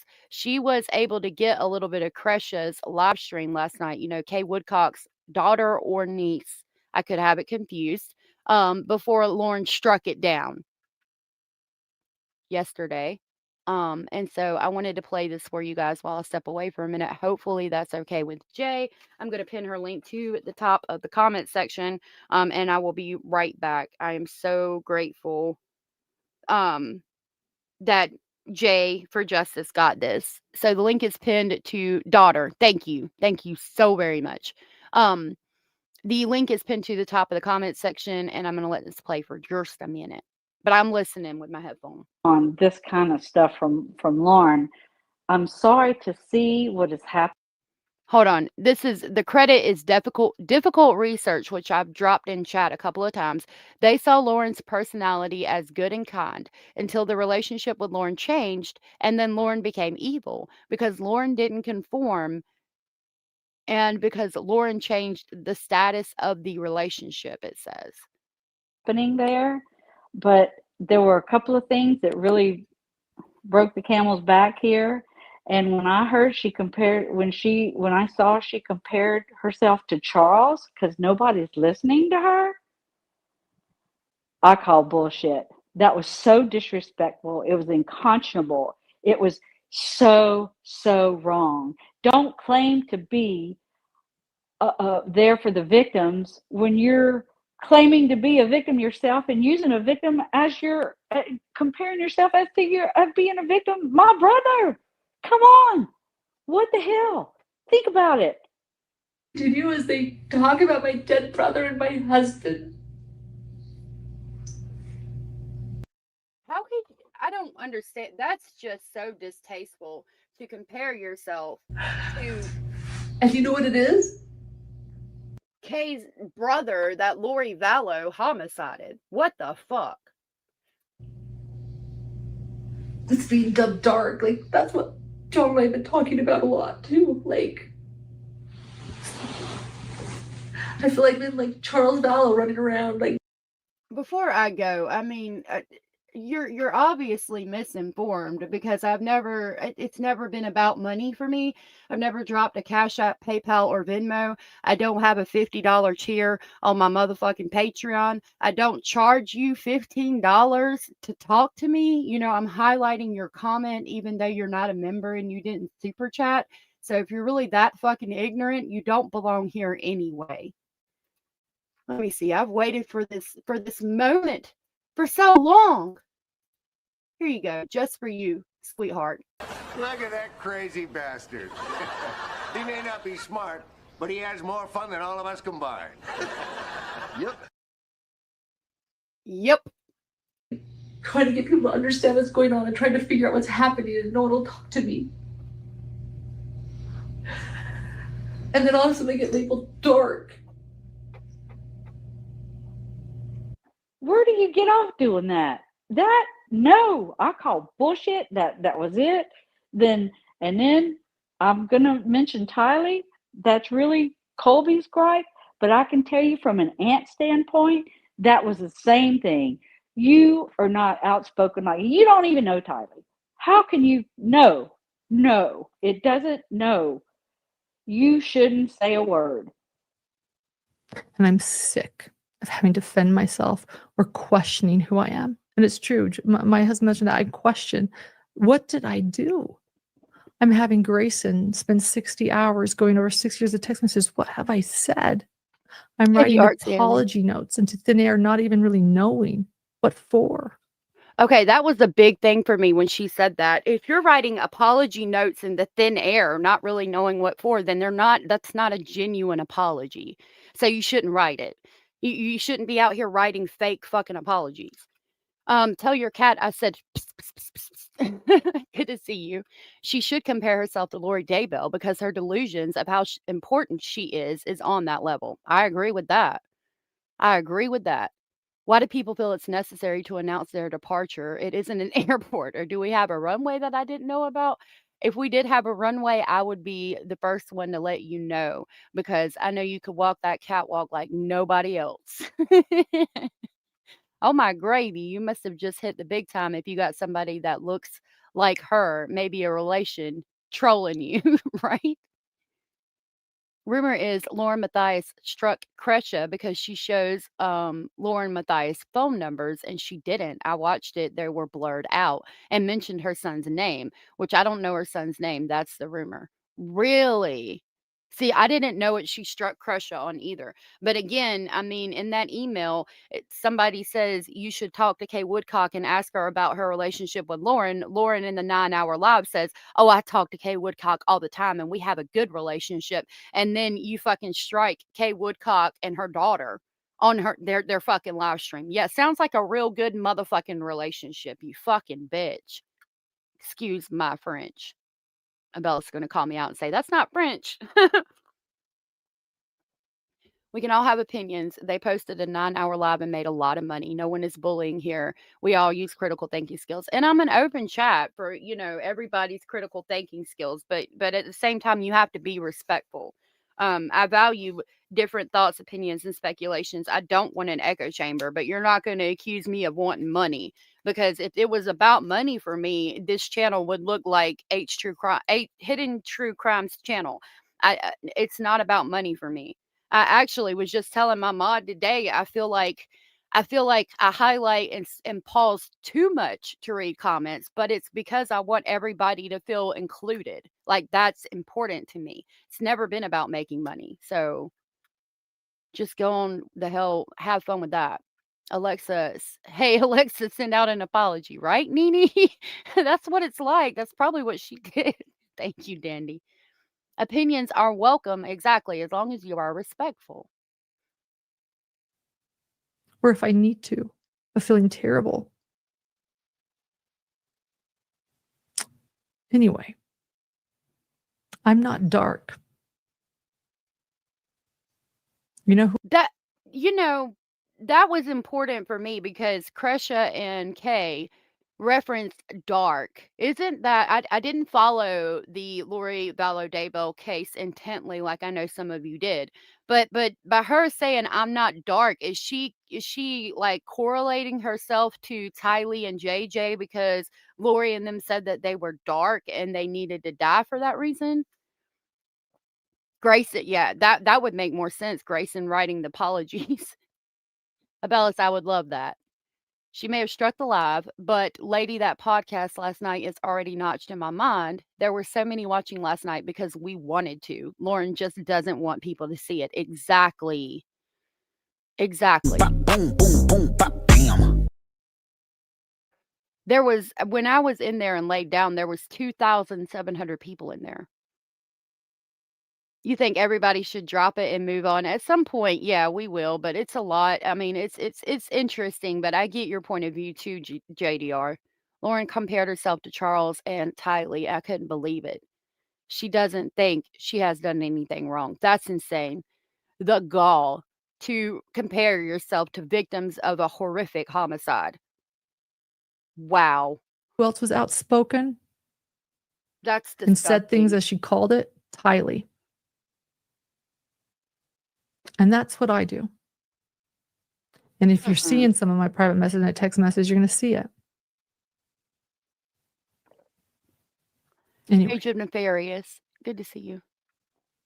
I have no idea how long crime found out. No idea. Yes. Vicky. I do not hurt people's businesses. I do not talk poorly of victims behind the scenes. And then let's throw in Charlie Kirk in the mix. I didn't know him, Hey, but Foxman. and I know you probably didn't know him, but still, there you go. There's another one. Just stop. If you're really there for the victims, like us, like you say you are, like Lauren pretended to be, and then she'd walk around us and trash talk us. And I do know that. And I do know it wasn't AI. I know it was real. And she can talk all around it for days. And I don't care. I don't care, but I know the truth. So that was from Jay for Justice. Her link is pinned to the top of the chat box. And that was Kay Woodcock talking on the situation. And I agree with her 100%. You're walking out there and pretending to be for the victims and a victim's advocate, yet gate or what is it gate guarding or whatever access to the victim, like, I mean, and then talking shit about them. That's what upsets me the most. You're out here trying to be a victim's advocate, helping people, yet comparing yourself to the actual victims of the homicides. You think and gatekeeping, that's the word I was looking for, access to these people, them talking to people and building other relationships. Like, what the fuck is wrong with you? There's a lot. There's so much in this that she needs to apologize for, in my opinion. Hey Reap, good to see you. I've never had to say out loud, I'm not dark. And yes, she is trying to make a connection there to the Valo Daybell victims, and that's gross. Nowhere near the same. Exactly. The fact that she would even do that makes me think she doesn't need to be around any more victims of any of these crimes at all whatsoever. That is the most disgusting thing I've ever heard in my life. Vicky, good to see you. I can't make the connection because I'm not Dr. John, but I find it strange Lauren befriending victims when it seems like she wants to be the victim. It's actually concerning to me, though. You got a good point there.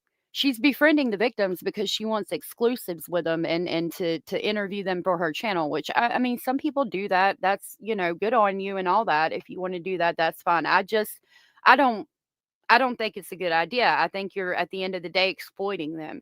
If a family, if a victim's family contacted me and wanted to talk, maybe I would consider doing that. But like actually reaching out to these people and trying to get them to talk about these horrific things, I don't think you should do that. You're bringing up skeletons, so to speak, from their closets that they might not want to talk about. And at the end of the day, I would, if I'm thinking about it, what I would do, I would probably advise them to start their own YouTube channel to talk about it so that they could talk about whatever they wanted to talk about. Maybe I could help them by pushing their channel out or something, but I would want them to have the interaction with the people from their own point of view, in their control. They're controlling everything. You know what I mean?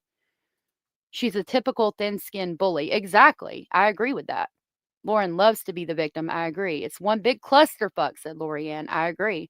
Abraham said there is mutual for how one should behave when you are in the spotlight. Everyone makes mistakes and says things that they regret at some point. It's not a big deal. Just apologize and learn from it. Exactly. Boom, boom, boom, bop, bam. Exactly. That's all she had to do. Like, All right, we'll go ahead and look at the declaration of Christina, and then we'll get into some more of the other. I don't want to say the friends. That's a good way to put it. We'll get into some of the other friends' declarations. So we've read the first of declaration of Lauren and Greyson, which there is two. That's the second of Greyson. Let me see. Okay. So it says declaration of Christina's Lindsay, Janeese, Christina. All right. So her alleged stalker speaks out. Let's see what the alleged stalker has to say. JDR said, honestly, she is not that important to me. Her show is not that interesting. Her problems are not that big, considering we have adults and youth missing and homicided. Considering, I agree with that. I agree with that. And, you know, it's something that a lot of people are talking about, so I'm talking about it, but I completely understand and respect you for voicing your opinion of wanting to move on and get on to other things. I do get it. There is no manual. I agree with that. Lauren has let the yuck of true crime into her brain, and it's so messy to watch. I agree, Age of Nefarious. Lauren seems to have a narcissistic traits, especially thinking she's done no wrong. She's like she likes to re-traumatize the victims. That's what it seems like. I'm not going to kick you out, Anna. Anna said, okay, don't kick me out. I can't believe I'm defending Lauren because I've been a hater since Annie Cushing. She triangulates and manipulates people, but she could get back to her roots and do good work. I agree with you on that. If she got back to her roots, and she might could do good work. If she went back to what she used to do, to her roots, and apologized profusely and realized that she was wrong, she could make it out of this. I actually agree with you on that, Anna. And you won't get kicked out of here as long as you're not disrespectful. Hey, Norma. Am I the only one that keeps thinking of Brad Pitt? I just can't seem to stop thinking of him. His filmography and life is such a clear parallel. No doubt. No, I didn't. I'll look it up after we get through some of these documents. All right, let me read it, or we'll be chatting all day. This says, I, Christina, do hereby state and declare as follows. I am over the age of 18 and am competent to testify in this matter. I have personal knowledge of the facts stated herein. I make this declaration in conjunction with the petition for civil stalking injunction titled The Petition filed by Lauren Matthias. Specifically, but without limitation, this declaration addresses the allegations contained in the Declaration of Greyson and the documents referenced therein, and the declaration of Lauren Matthias, and the second declaration of Matthias and the documents referenced therein. So we probably should have read Lauren's second declaration, but we'll go ahead and read this one before we read their second declarations. Okay, we're going to start with the background. I watched a few minutes of a couple of Hidden True Crime, and I stopped watching when she told Ahmed that he wouldn't think she was sweet if he knew her off camera. I don't like fake people, probably because I can't be fake. I could see that. That would probably bother me too. Dandy, I'm sorry, love, but I'm glad you got a life out of it. A life, a laugh. See, she seems to think she is some sort of celebrity for some reason. I agree. But you can't have both, right? You can't think you're some type of celebrity, but then get upset when Law and Crime wants to treat you like a celebrity and record your court hearing. You know what I mean? You just, she wants to have her cake and eat it too, in my opinion. She needs to take responsibility for what she's done. She's hurt victims and is still doing it by striking Cresh's video. Exactly. I think it's important to acknowledge that Christina didn't act right either. It just doesn't add up to stalking. I agree with that too. I agree with that too. Christina didn't have to do what she did either. I can agree with that. All right. Christina says, I met Matthias in April of 2024. Matthias holds herself out as an ex-reporter, journalist, and podcaster dealing primarily with true crime cases. Matthias is a public figure. She and her husband run a YouTube channel, Hidden True Crime, that has approximately 317,000 subscribers. Her Instagram account has over 20,000 followers, and her TikTok account has over 56,000 followers. For several months, I communicated regularly with Matthias, and we became friends. Throughout that time period, I noticed certain red flags that suggested that Matthias's credentials and public image were inaccurate. For example, Matthias would describe to me interpersonal problems with her friends and in laws based on accusations of theft and fraud. I also learned information that caused me to question Matthias's ethics, obtaining and handling confidential information. During this time period, multiple people expressed concern about Matthias's conduct. At approximately the same time I became friends with Matthias, I also became friends with Lindsay and Lori, who had been friends with Matthias for a year prior. I also became friends with other women who were acquaintances of Matthias, including Janeese. I communicated with, traveled with, and was invited to events with Matthias from April of 2024 through the winter of 2024.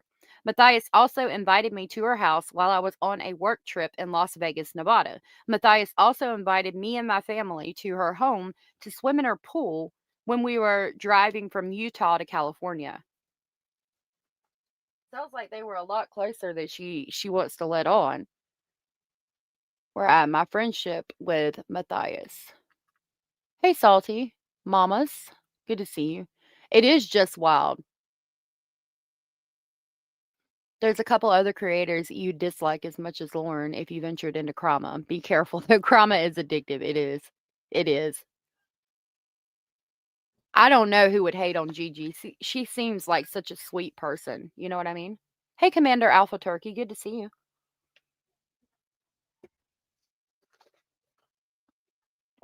It is addictive. Okay. Matthias asked me to perform some graphic design work for her and or her husband's businesses, which I did at a significant discount given our friendship. By January of 2025, my friendship with Matthias was beginning to wane and we communicated less frequently. I sent Matthias a final invoice in March of 2025 for the graphic design work. A copy of the invoice and correspondence related to my rate is expected to be offered in my defense as Exhibit D1. By that point, I was no longer communicating on a regular basis with Matthias or spending time with her as a friend. On April 9th of 2025, I saw Matthias at the courthouse in Maricopa County, Arizona, after Matthias called out to me to get my attention. Matthias ran toward me, calling my name, and with her arms out, signaling that she wanted a hug. While hugging Matthias, I stated that I had read some of the negative statements Matthias had made about me and others, that I had seen evidence of her efforts to harm others and their businesses. Matthias insisted that we talk right then and there, even though I was hesitant because Matthias appeared to be in an elevated, quote, flight, fight, or freeze state, unquote. So I mean, again, even with Christina, even if we're gonna say that she is stalking, etc., it all started because Matthias was talking shit. Like she is really being childish. I don't know how else to say it. See, I get them confused. I get them confused. Gigi is the host of Pretty Lies and Alibis. I apologize. I thought it was Crusha. I always get it confused. Thank you for the new information. Like I said, I didn't follow the case that much, but it's bullshit that she talked shit about her too. Okay. Matthias stated we needed to talk immediately because she wanted to be alone and her assistant, Greyson, never leaves her side. During that conversation, Matthias acknowledged that some of the negative statements that I had seen were true and then attempted to justify them. Because Matthias does not always accurately represent verbal conversations, I recorded the conversation. After our friendship ended, Matthias initiated repeated contact with me to make accusations I knew to be false and to demand I stop speaking about her, even with mutual acquaintances. After Matthias's initial contact, I exchanged several texts with her on April 21st through 22nd, 2025 regarding her accusations and demands. The texts are expected to be offered in my defense as Exhibit D2.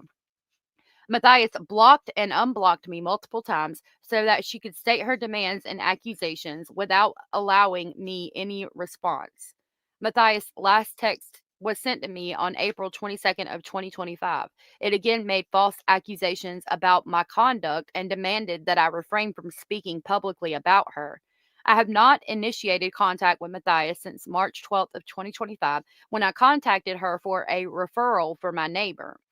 I have not communicated with Matthias directly or indirectly since April 21st of 2025. However, Matthias unblocked me in August of 2025 to remove things from one of our conversations, and I received an alert that she had done so.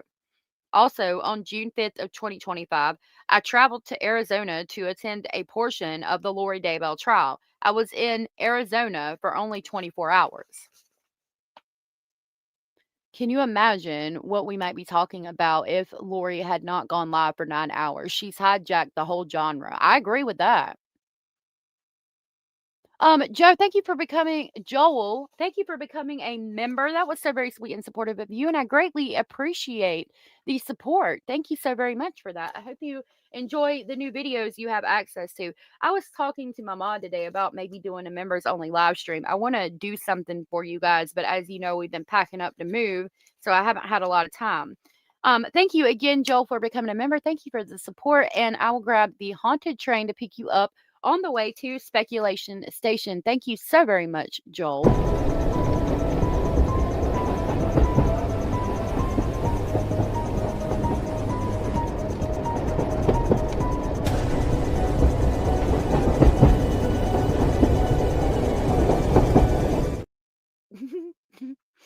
Hannah sharing all of the emojis. Thank you so much, Joel. I really appreciate that. So sweet. Channel the troll was doing and saying the same stuff, really. Thank you again, sweetheart. I appreciate that. Okay. Wait a minute. Okay. So she said I was only there for 24 hours. Now I need to scroll up. While seated between Dee and another friend in the waiting area, I saw Matthias wave at me in an attempt to engage. I ignored her and did not respond.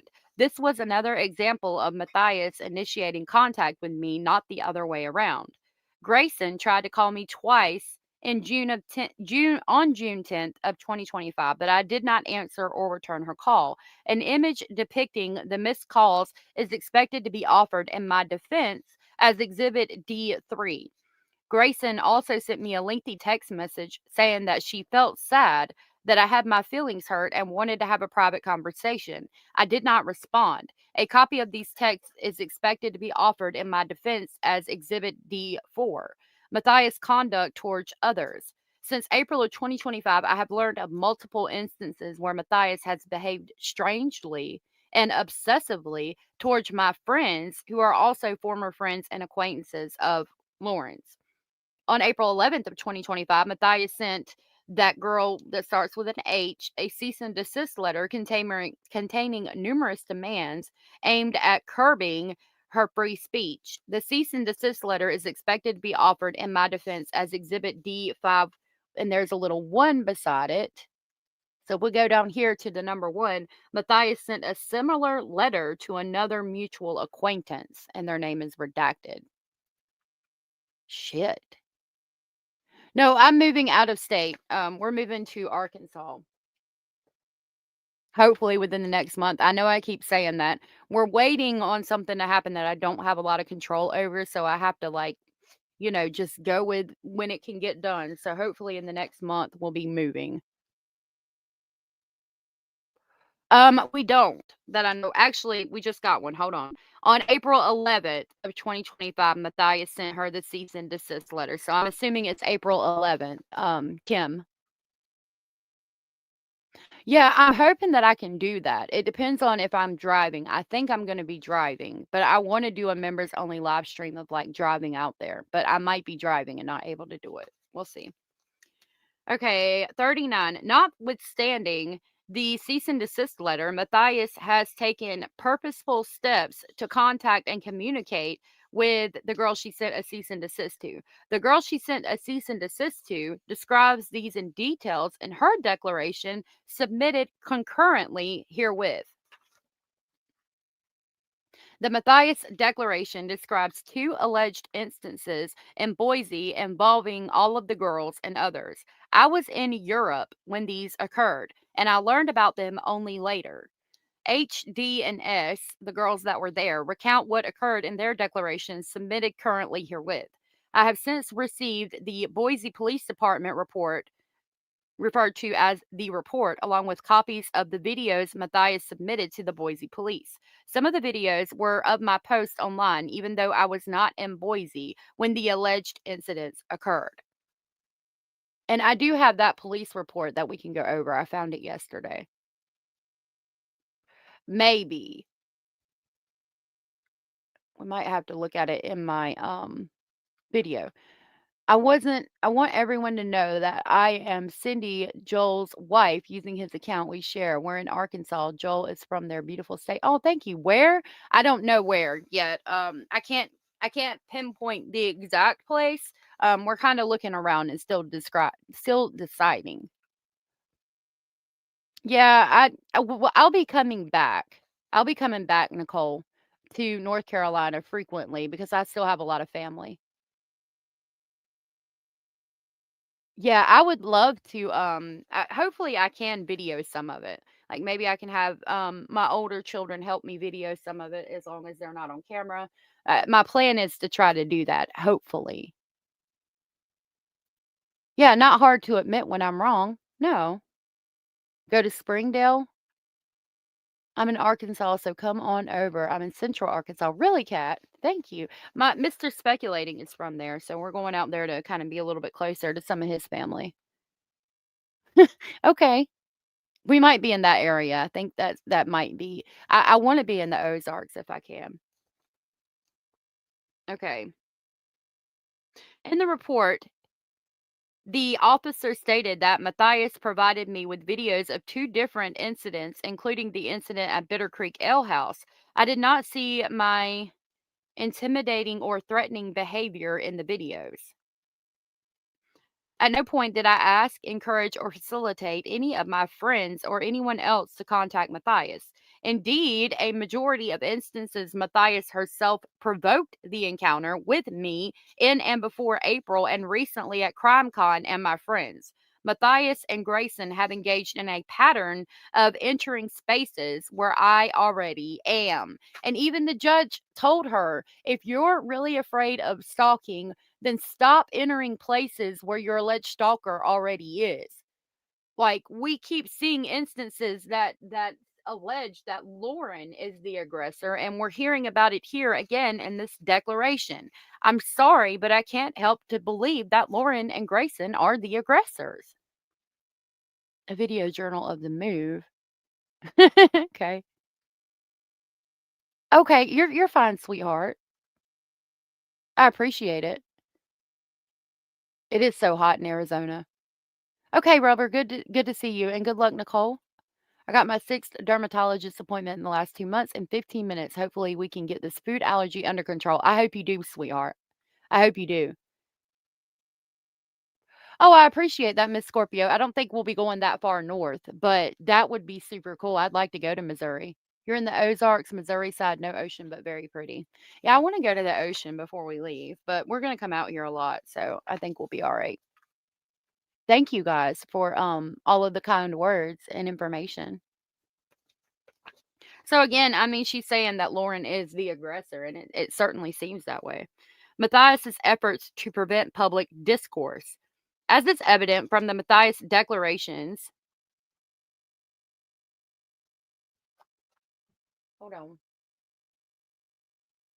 Okay. And Greyson's declaration, Matthias's main issue is with public statements that I have allegedly made about Lauren. Can we agree on that?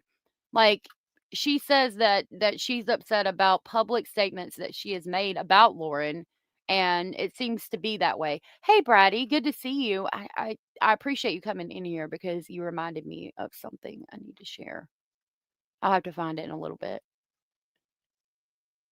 My family is in northern Missouri. The laws there are terrible. Oh no, I'm sorry. Brady in the house. Okay.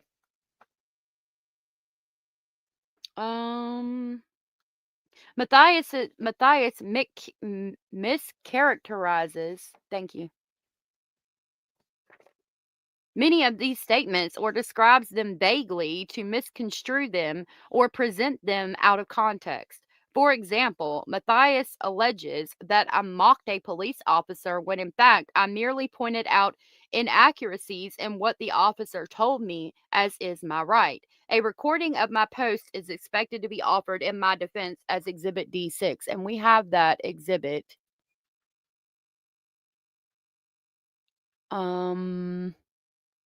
Maybe. I've got to figure out which one it is. Let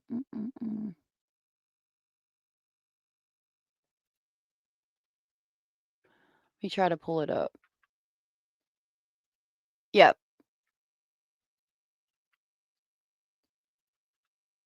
I'm going to try to pull that up so you can see what she's talking about. Let me know if you cannot hear this. If you can't hear it, I will try to find it on the video I just put out. Okay.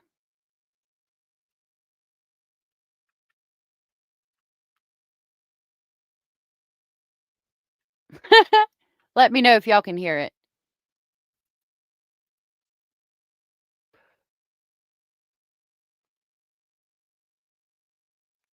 Okay, Brady. Okay. Thank you.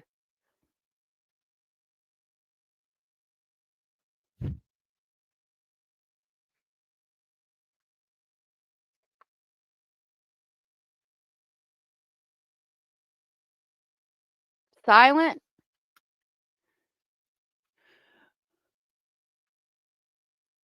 Okay, hold on. Hold on just a minute.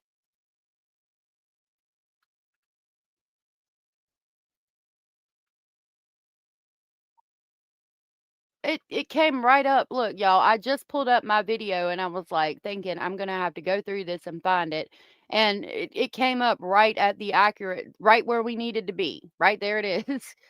Isn't that crazy? Okay. I don't know if it's because it like pulled it up from my computer. All right, we'll start it right there. Okay. That phone call and posted it to TikTok and Instagram mocking the police officer. Now we've got Exhibit 9. Let me change my back. Police video MP4. I mean, obviously you There don't you know the case go. law off the top of your head. Now I have you an can officer see it. calling me. Spouting something is the law. And I want to know what, like, so I Yep. can wait a second for sure. I know, but what's the case law? I want the case law, please. And then you said, Yeah. you said you don't screenshot them, but then all of a sudden No, you're saying, no, you do. but I kind of want to now. Like, if she's kind of harassing me, so I feel like I kind of want to. But like, what's the law? Well, if you need to, then file a report down there if you get harassed. I know, but what's the Nevada law? What? I said, like, I was just doing some searching. Here's the thing. I'm a patrol officer. I'm not going to take my horns here. I'm not best detective or anything, right? So I have to do my due diligence and do some searching as well. So I didn't copy everything because we, there's so many laws that we just don't know them all. No, I can respect that. I can respect that. Sometimes we need to, we need to do a little bit of extra searching and things like that. So, but I feel like to have a police officer telling me that, like, because to have a police officer telling me it's against the law to do that, I actually have several examples of her sending so many screenshots to me from other people. So, well, then that would. Person would be the victim. Yes, so I could also inform that person that she would be the victim of this. Yeah. So, but my question is, like, I mean, obviously you don't know the case law off the top of your head. I have an officer calling me. Spouting something is the law, and I want to know what, like, so I can wait a second for sure. Like, I know, like, I'm giving you grace here. Like, I get it. You don't have all the, like, I can't even remember my kids' names in a row at sometimes. Like, I can't even imagine remembering all the laws. So I can wait a second for sure, but I definitely am curious.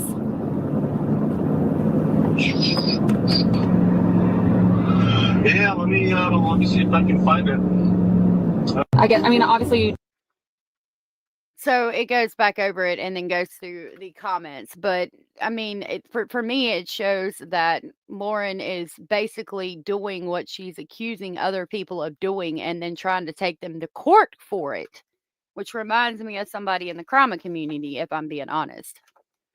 The pretend judge said, I mean, the fact Christina hasn't come out to talk and capitalize off of this is very telling. She has given space for people like Crusha to come out and give their side, something Lauren would never do. I agree. I agree. With love, without love, combing like we love. Right. You're breaking the law, but I cannot cite which law, which is genius. This person is a mom of four while kids learn everything from parents, in my opinion. Yeah. Bomb Jesus. Ignore me. No. What? When I was brutalized, you better believe I looked up laws about it and sentencing, but I don't see mocking weird. Yeah. And I'm sorry that happened to you. Matthias' declaration describes two alleged instances. Oh, we read that. I'm sorry. Yeah, I'm rereading the same page. Okay. Matthias omits any discussion of the context of that video, which was that I was contacted by the Henderson, Nevada Police Department after Matthias contacted police in June 2025 to report that I and others were sharing, quote, private, unquote, communications we had with Matthias. I expect to offer in my defense a copy of the Henderson police report as Exhibit D7, in which the officer states that he or she, quote, did not find extortion and no text messages were intercepted, and Matthias's private messages were not hacked. So she's accusing them of doing things that the police definitively said did not happen. Like, how stupid are you making yourself look, Lauren? Jesus in the morning. Child just gifted a membership, and that membership went to Glitter is Forever. Glitter is Forever. Thank you so much. Child, thank you so much for gifting that membership to Glitter is Forever. Glitter is Forever. If you are here and you are aware Child gifted you a membership, please tell Child thank you. Thank you again, Child, so very much for gifting that membership. And I will grab the haunted train to pick Glitter up on the way to Speculation Station. Thank you so very much, Child. I greatly appreciate that.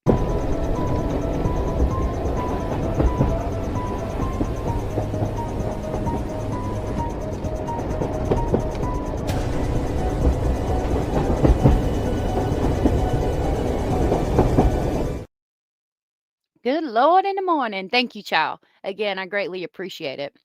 If you are telling me I'm breaking the law, I want to know what law I'm breaking. Exactly. I don't think that's too much to ask. Boom, boom, boom, bop, bam. I don't think that's too much to ask. You know what I mean? Scroll way too far up.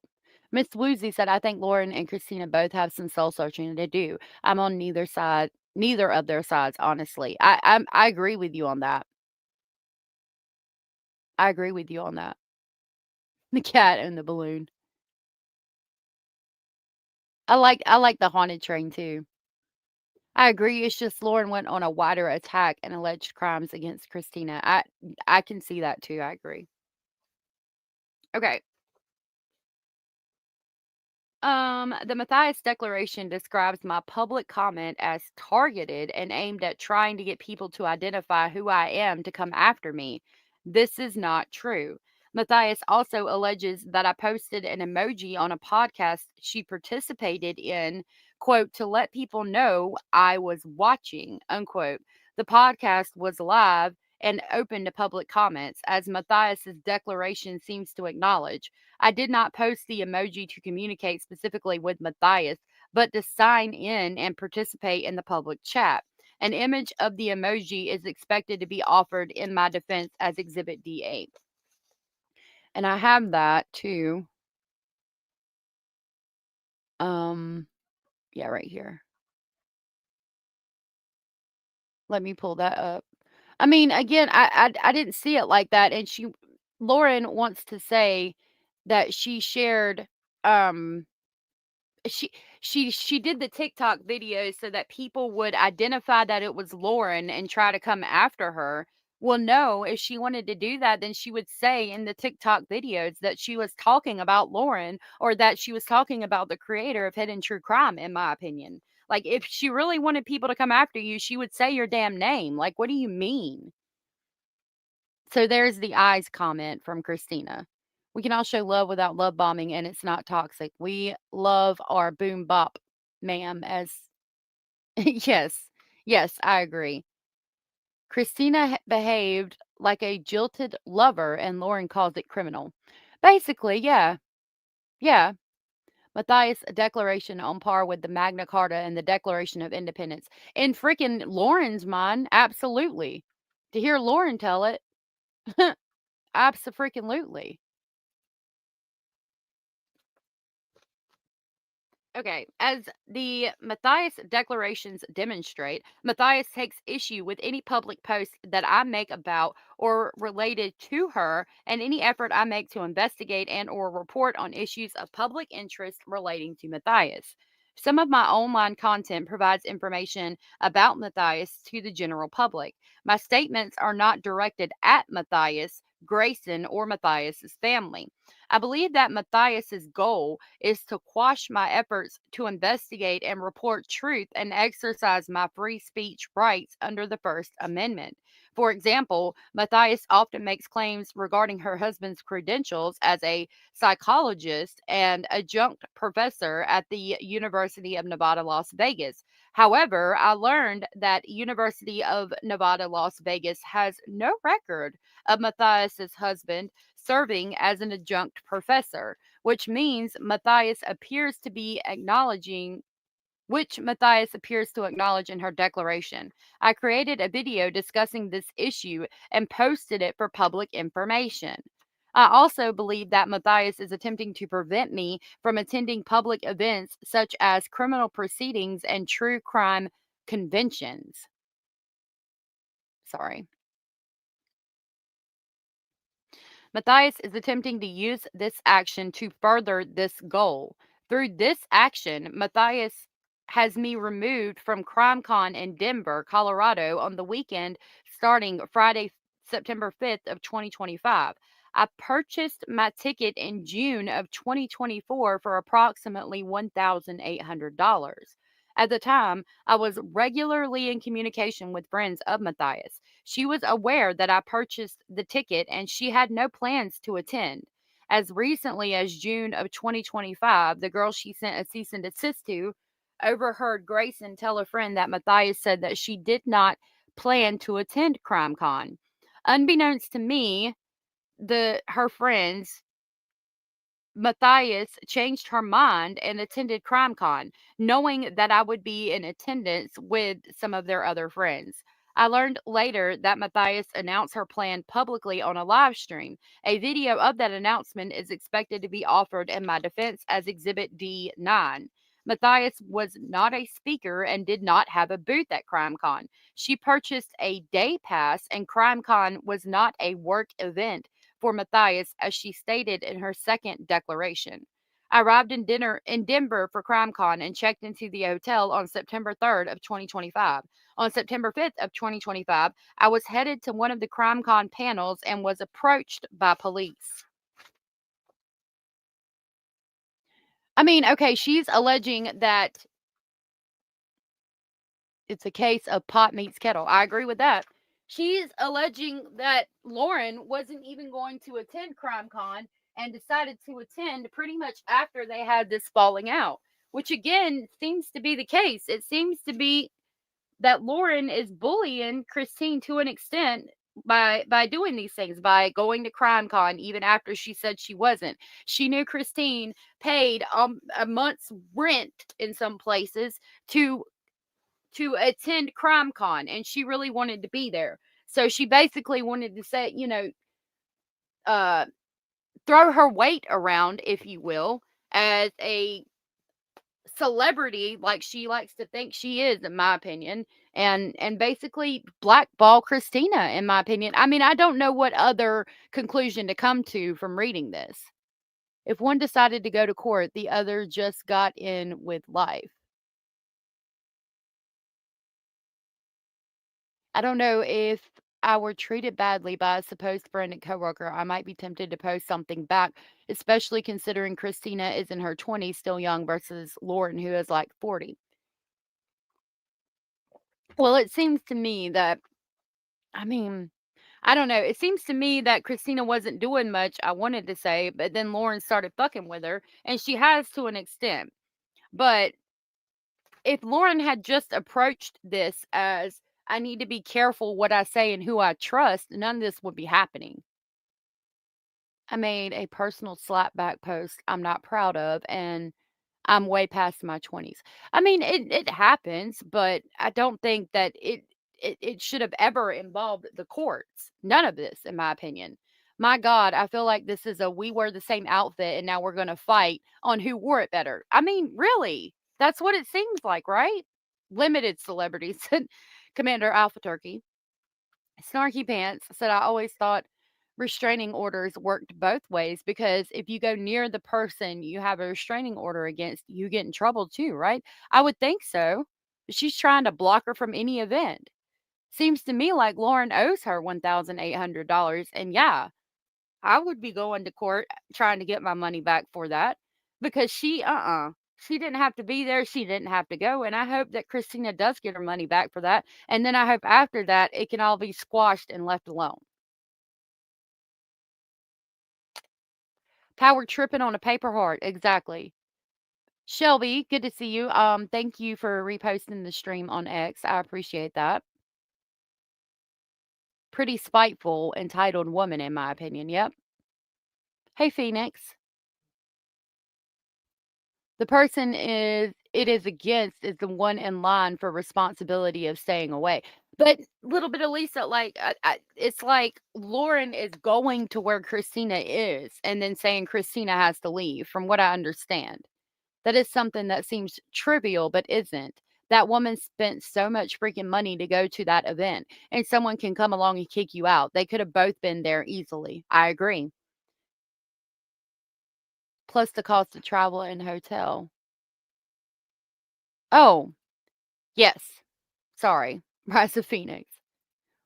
One of my childhood friends was named Lisa, and we were friends. Aw, that's so sweet. Joel said, I absolutely agree with you. I wasn't convinced till I saw these documents for myself. Did she not know that there would be backlash for this, and it's not Christina doing it out, even wanting it? Yeah, right. You think this is just the beginning of the mudslinging?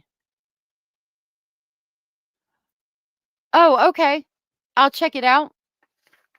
I'll check it out towards the end as long as I don't forget. All right. So it continues. That night, I was in the hotel bar taking a picture of the girl she sent a cease and desist to of her employer. Prior to arriving at the bar, one of my friends confirmed that Matthias was not in the bar. After being in the bar for several hours, a friend notified me that Matthias had entered the bar. I immediately wrapped up what I was doing and left. I did not intentionally stand close to Matthias or Greyson, as Matthias alleged in the second declaration. Rather, they entered my space. On September 6th of 2025, I was again in the bar's hotel restaurant when Matthias appeared because she, quote, wanted to come to the bar, unquote. She called the police and had me removed from the bar. During my conversation with police, Matthias and Greyson walked right by us, which is inconsistent with her claim that she was afraid of me. Imagine that. I think a lot is inconsistent. Hey, Ranku, good to see you.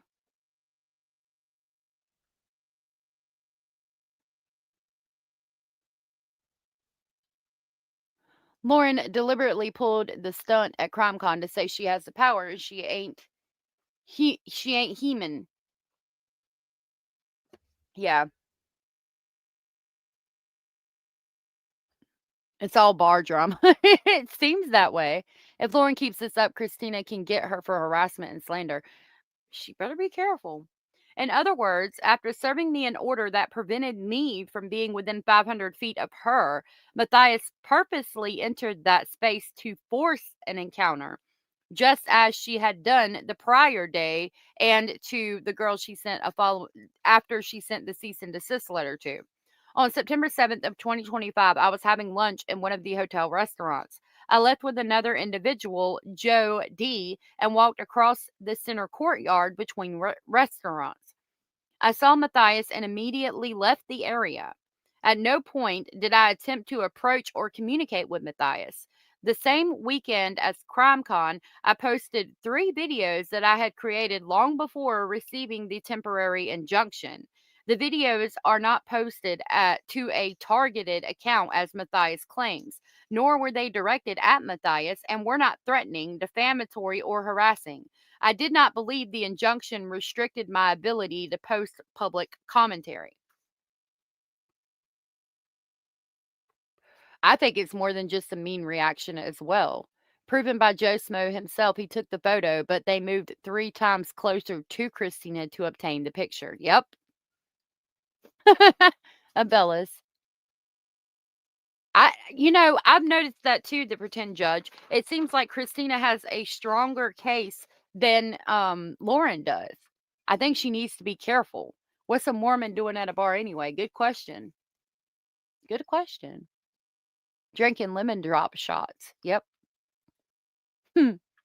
Ain't any chance Lauren could have any kind of issues. She's acting irrational. I don't think it's due to any kind of substance issues. I think she just thinks that she's too big for her britches, as they used to say. Matthias's alleged fear and emotional distress. I have never threatened or caused anyone to threaten Matthias, her husband, or her coworkers. During the time I was friends with Matthias, I observed and learned many things about Matthias's mental and emotional health.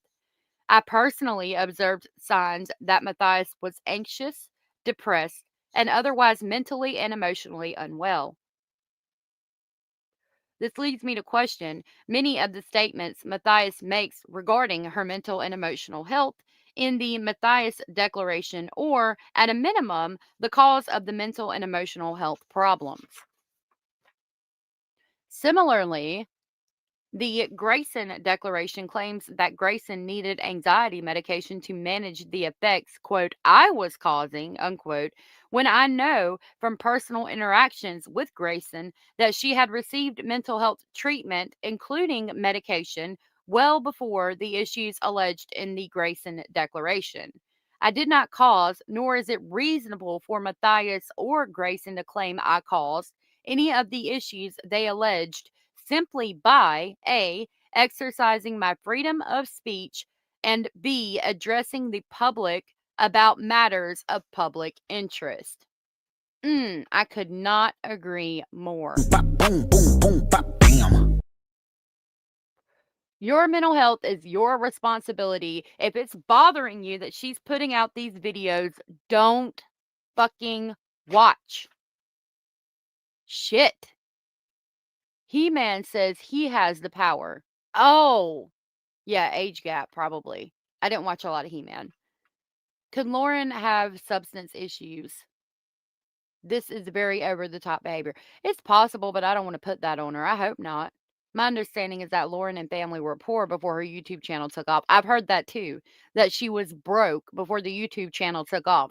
So, ma'am, I would think that you would just sit back and be grateful for the ability to support your family off of the YouTube channel and take about 15 motherfucking seats. You know what I'm saying? That's what I'm saying. She's trying to hide something that she's brought all this attention to, and it's going to come out. I like Kendrick Lamar too. Grayson is the real tragedy here. I feel bad for her. I really, really do. I really, really do. I often feel she sounds drunk, as AS says, I was not there and I do not know, just my speculation. Yeah, maybe. I don't know. I wasn't there. So it would be my speculation too. Honestly, I think this is just a fucking insult to all the people she has covered. No one is doing anything to you. Your family members are disappearing every day. Mhm. I know Grayson needs to wake up and see that she's being used and abused. I agree. But Grayson is an adult. Let her ruin her life as she sees fit. Put them big girl's panties on. That's what all of them need to do. Put the big girl panties on and move on. Oh my God. I could not imagine little bit. She would get drunk and create whole situations where she was the perpetual victim. I'm so sorry, Kalisa. She did seem genuinely upset, but if she's that upset, she needs to stop working with Lauren or not do true crime in general, I think. I think that's why my personal account keeps getting removed. I had originally signed up with my channel's profile. Oh, she is so young. I don't know. I don't know what she's hiding. Possibly an affair from what rumors say. But I don't think she was broke. Her husband is a doctor. Her brothers are lawyers. She doesn't seem to come from poor like I know. I've heard that she was flat broke when she started the channel, but yeah, you wouldn't think, with all the people and the ability to make money around her that she would be broke. But what if it's all a lie? Lauren is having a breakdown. She has made a mountain out of a molehill. She needs help, and John should take her on a long vacation after she gets some meds. I couldn't agree more, Abellas. Bop, boom, boom, boom, bop, bam. Grayson ain't even her own person anymore. She is a mini Lauren. And that's sad for her. All right. 88. I am not, quote, obsessed, unquote, with Matthias, as she claims. I have simply responded when she has involved me or when she has made false or misleading public statements. I believe that Matthias is singularly fixated on preventing me from engaging in public discourse regarding any information about or even related to Matthias that Matthias deems hurtful or harmful. None of my public posts show Matthias's face, use her name, or encourage others to contact her. I express my opinion on matters of public concern and of interest to my subscribers, followers, and friends. Matthias and Grayson have both engaged in conduct towards me and my friends and others that strongly contradicts their testimony, such as reaching out to me by phone and taking purposeful steps to put herself in the same location and physical proximity with us. Matthias's public posts also contradict her and Grayson's testimony that Matthias and Grayson have experienced fear or emotional distress. For example, while Matthias' declarations state that she was incapacitated by fear for months, she was actively creating, publishing, and promoting content on podcasts and social media during that same time period.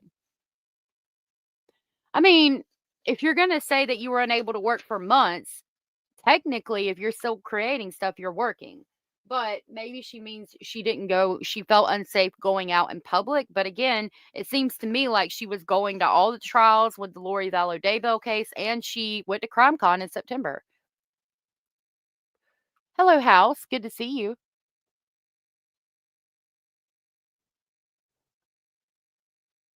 Grayson has mental issues and is being manipulated. I'm starting to think that tinfoil hat. What if Grayson and Lauren are lovers? I don't know. I wasn't there. I didn't see. I don't know. I hope not. I wonder if Grayson sees her as a mother figure too. I think she does, and that's scared and sad. Scary and sad. Hey, Kim. I mean, have a good day, Kim. Mental health isn't funny. Lauren obviously needs help, not a beatdown.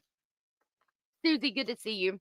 I think that she does need help. I'm not trying to beat her down. I'm just reading the documents, but if she's out, I also am not going to excuse her behavior going in places and basically trying to throw her weight around as a more popular creator and trying to have people removed from venues that they paid for by saying I'm afraid for my life, I'm afraid for my health, but yet you're putting yourself in these places where these people are. And even the judge said things like, if you are genuinely afraid, if you think you're being stalked, stop putting yourself in places where these people are at.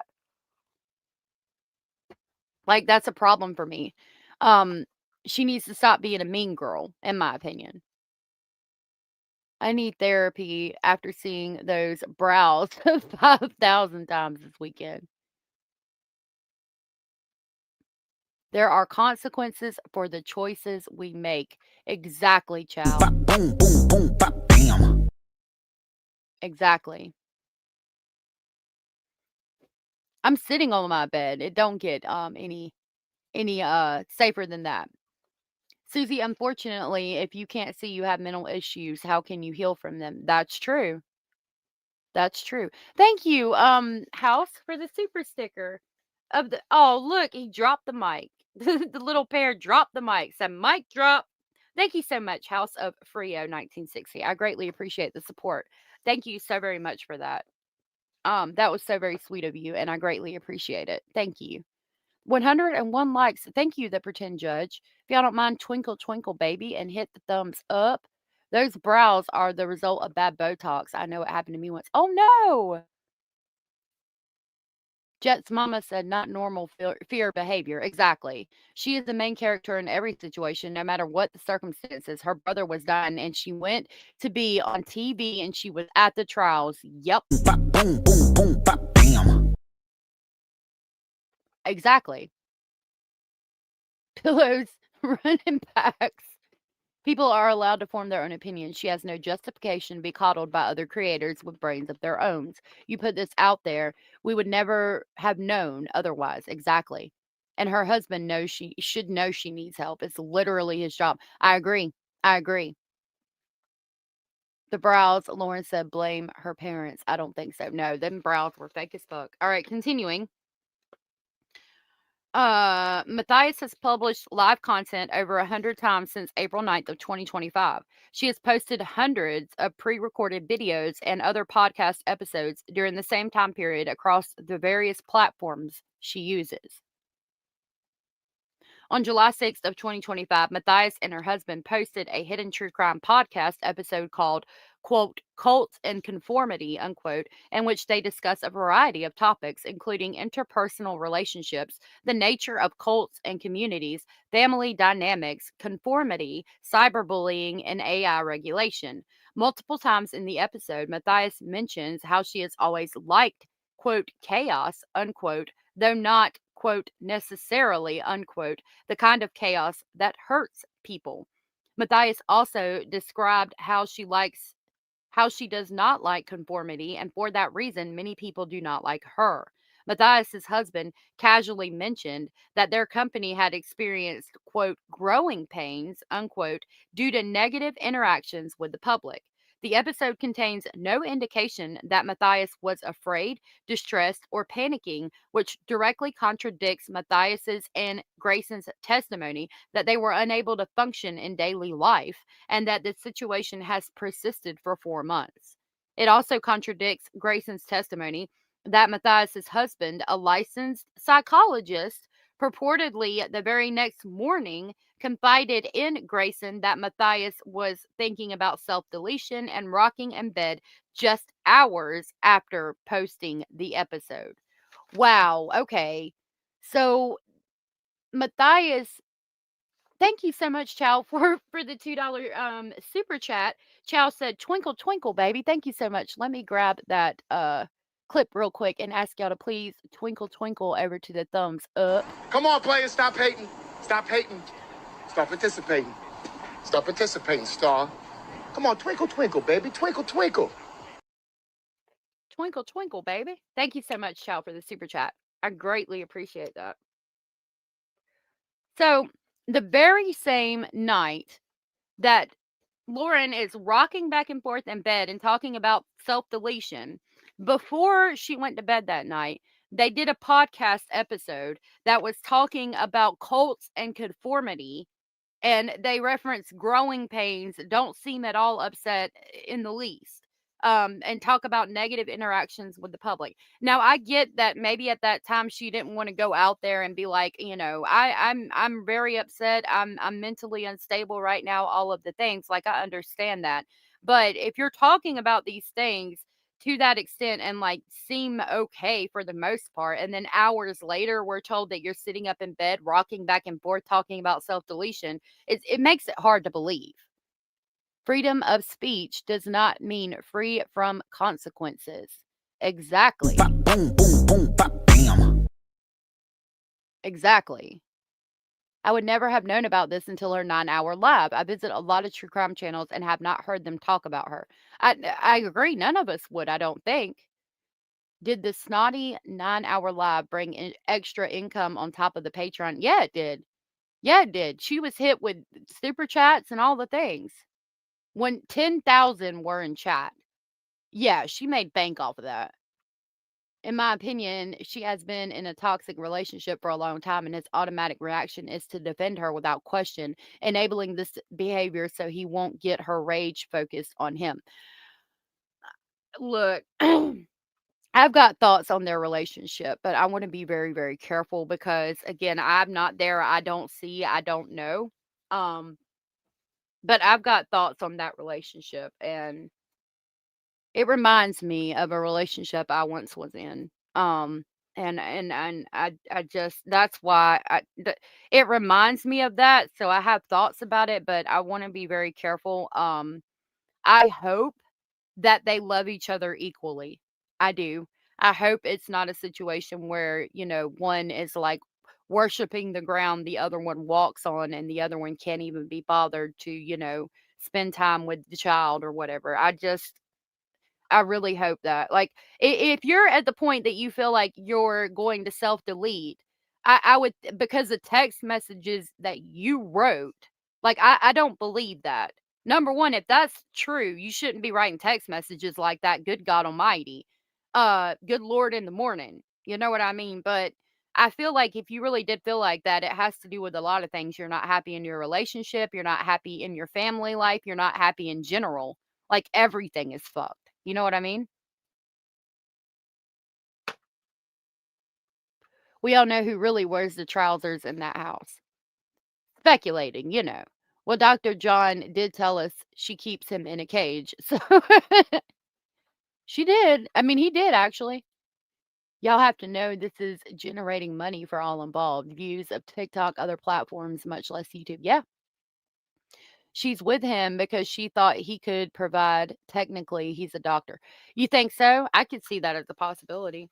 But I mean, if she got with him for that reason, do you think she stayed happy the entire time, or she's just using him and is unhappy in her relationship now because it's not, she didn't marry for love, it was for money?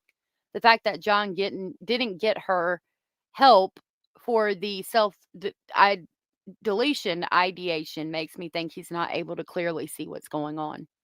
And if not, he needs to take a step back.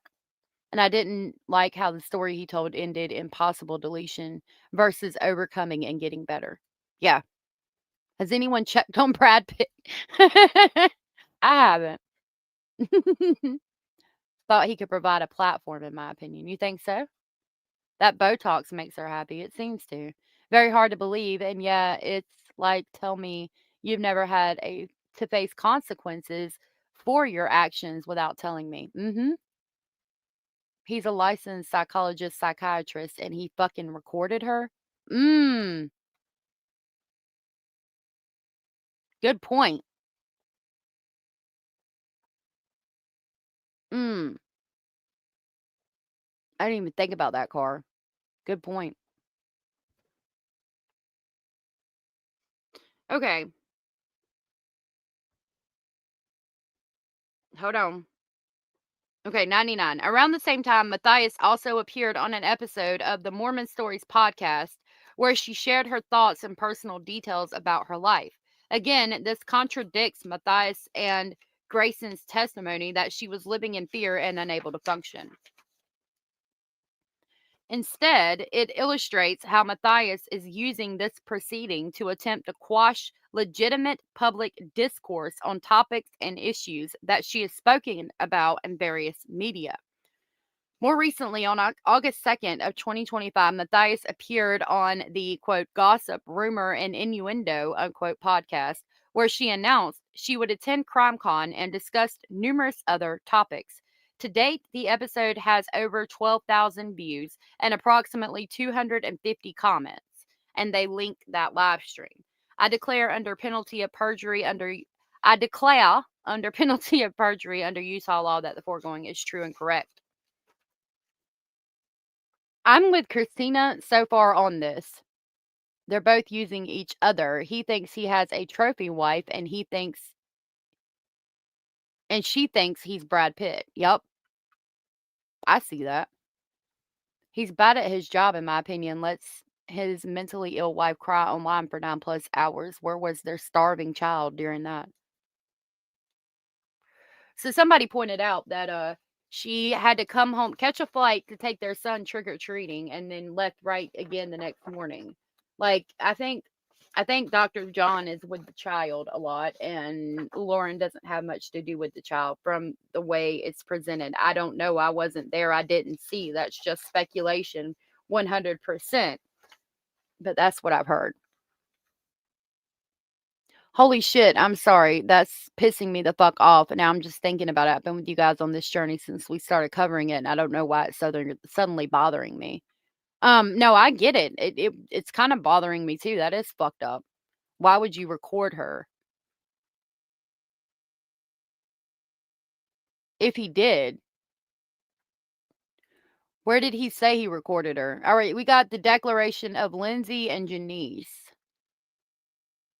Janeese is the one I do believe that's at the table that asks that she says, I talked to you about eyelashes, I do believe. We'll look at Janeese's declaration.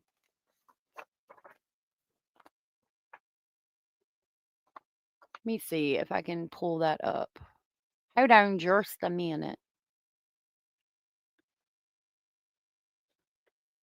Whoa. Took that way down too far. Tech talk, husband's health, stalking, confrontation, recap.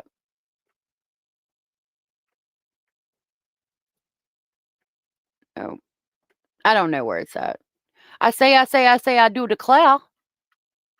Wasn't he the one that recorded her mental breakdown over rocking back and forth in bed?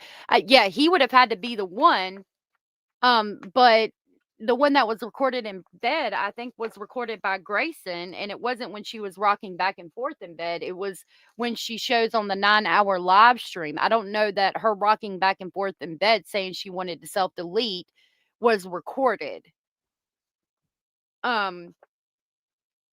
Cara, the one that's recorded of her in bed is recorded by Greyson, and that's where she's like, I wanted to record it in case we do a documentary. But hell, if that was recorded, he probably did record her rocking back and forth saying she wanted to self-delete so they could do a documentary of the great, wonderful, and powerful and mysterious Lauren Matthias's life. Don't you know? Don't you know? It's the only stalking case I've heard of where the stalker shows up first and waits to get caught. Make that make sense. Got me over here like, what the fuck is going on here? you know? Dr. John has let it slip that he is the one to take the child to school, birthday parties, etc. I don't think she is very involved day to day. Yep, I remember reading that. He takes the child to all of the things. Yep.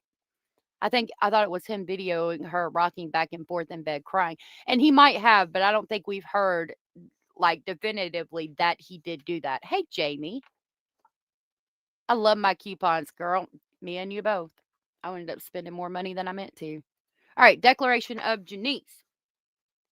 I am Janeese, and I do hereby state and declare as follows. I am over the age of 18 and competent to testify in this manner. I have personal knowledge of the facts stated herein. I have received the allegations and declaration of Greyson and the documents referenced therein, and the declaration of Lauren and the documents referenced therein. I make this declaration in response to certain allegations in the Greyson and Lauren declaration for which I have personal knowledge. Background. Background. I met Christina in April of 2024. I have known Lauren for many years, but we have never been friends. Ooh, burn. Let me stop. I don't personally see anything wrong with a dad being the main caretaker. I don't either. I think that's a great thing. And if she's going all over and trying to work, I think that's a good thing. But I think that if it comes to like she doesn't want to be involved, like it seems like a burden for her to come and see her child or take him to birthday parties and things like that. I think it becomes a problem. Not necessarily him doing it in general. Like, I think it's great that dad is involved in doing that. I feel like her almost bragging about what a great mom she was for flying back to take her son trick or treating was very self congratulatory. I agree. Her comparing herself to Charles Vallow and not being believed was over the top for me. That's sick and disgusting, Rise of the Phoenix. She should have never done that. $13.99 for two footlongs. Don't mind if I do. Remember when footlongs were $5 each? $5 footlong. I do. I used to work at Subway. They have a marriage of convenience, and neither of them wanted to be known as two old maids. That's the way I see it, Renku. That's the way I see it. Unfortunately. $5 foot long. See, Lisa's with me on that. No, what John did was put that all on Greyson and employees. He is the trained professional that should and would have probably lost his license for that because Greyson is unwell as well. I see that. I do. Miss Woozy said, I won't judge a mother for not being the main caretaker. Women are under a lot of pressure to be a certain way, and I will never tear them down for wanting a life outside of child rearing. I agree. Maybe I was a little bit cold and callous on that. I don't know. Maybe I see it a different way because I enjoy being a stay-at-home mom and like the caretaker of the home and things like that. So I won't say that I'm not biased in that aspect. And if I was, I do apologize. I didn't mean to come off that way. It seems to me the way that it was presented was like it almost was a burden for her to be involved. And if that's the case, I don't think that's good at all. But if she's out there working, providing for the family, and he's taking care, basically being the stay-at-home dad, I think that's a great and beautiful thing. If that makes it better, you know what I mean? If that sounds better, that's the way I was trying to portray it. You know what I mean? I think you maybe were the one who gifted me a membership. Oh, well, I'm glad you were gifted the pretend judge. You can tell everyone you're an artist, a sandwich artist. I wasn't good at making the sandwiches. For kid is so traumatized by the situation, maybe he filmed some of the videos. Oh, God bless America. Let us hope not. Oh, Jesus Christ, let us hope not. I've always got my footlongs for free. Commander. Y'all are funny. Miss Woozy, be safe. Seems like Lauren is the breadwinner, though. In that case, she has to be away a lot. Yeah. Oh, thank you. And we would have had an issue with a man doing that. We wouldn't have an issue with a man doing that. I just feel like she has a fake persona and it bothers me. I agree. Oh, Jamie.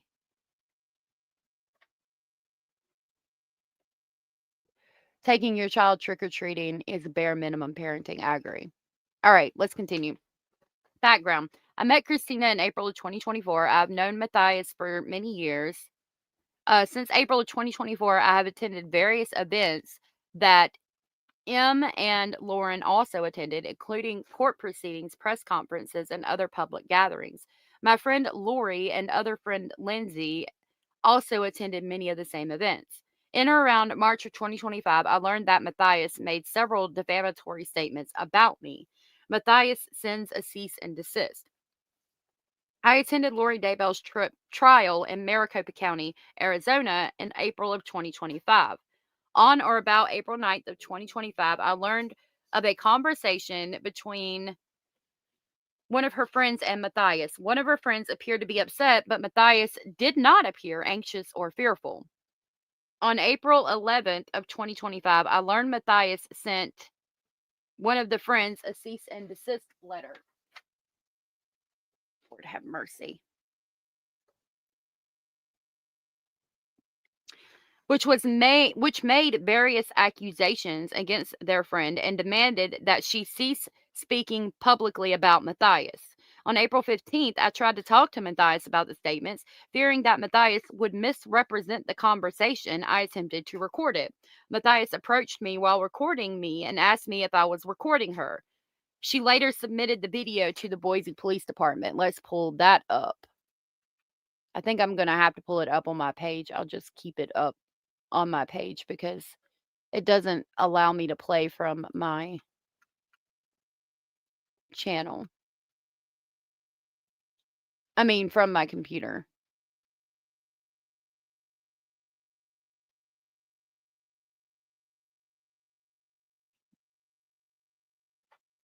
Hold on. And then starts. We're going to look through. Now, this is from Lauren. Now, this email, I got to find it. So this is going to be. Okay, so let's grab that.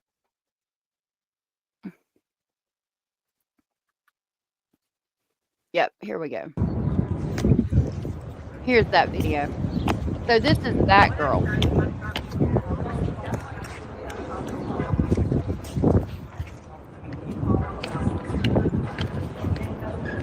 Are you recording me?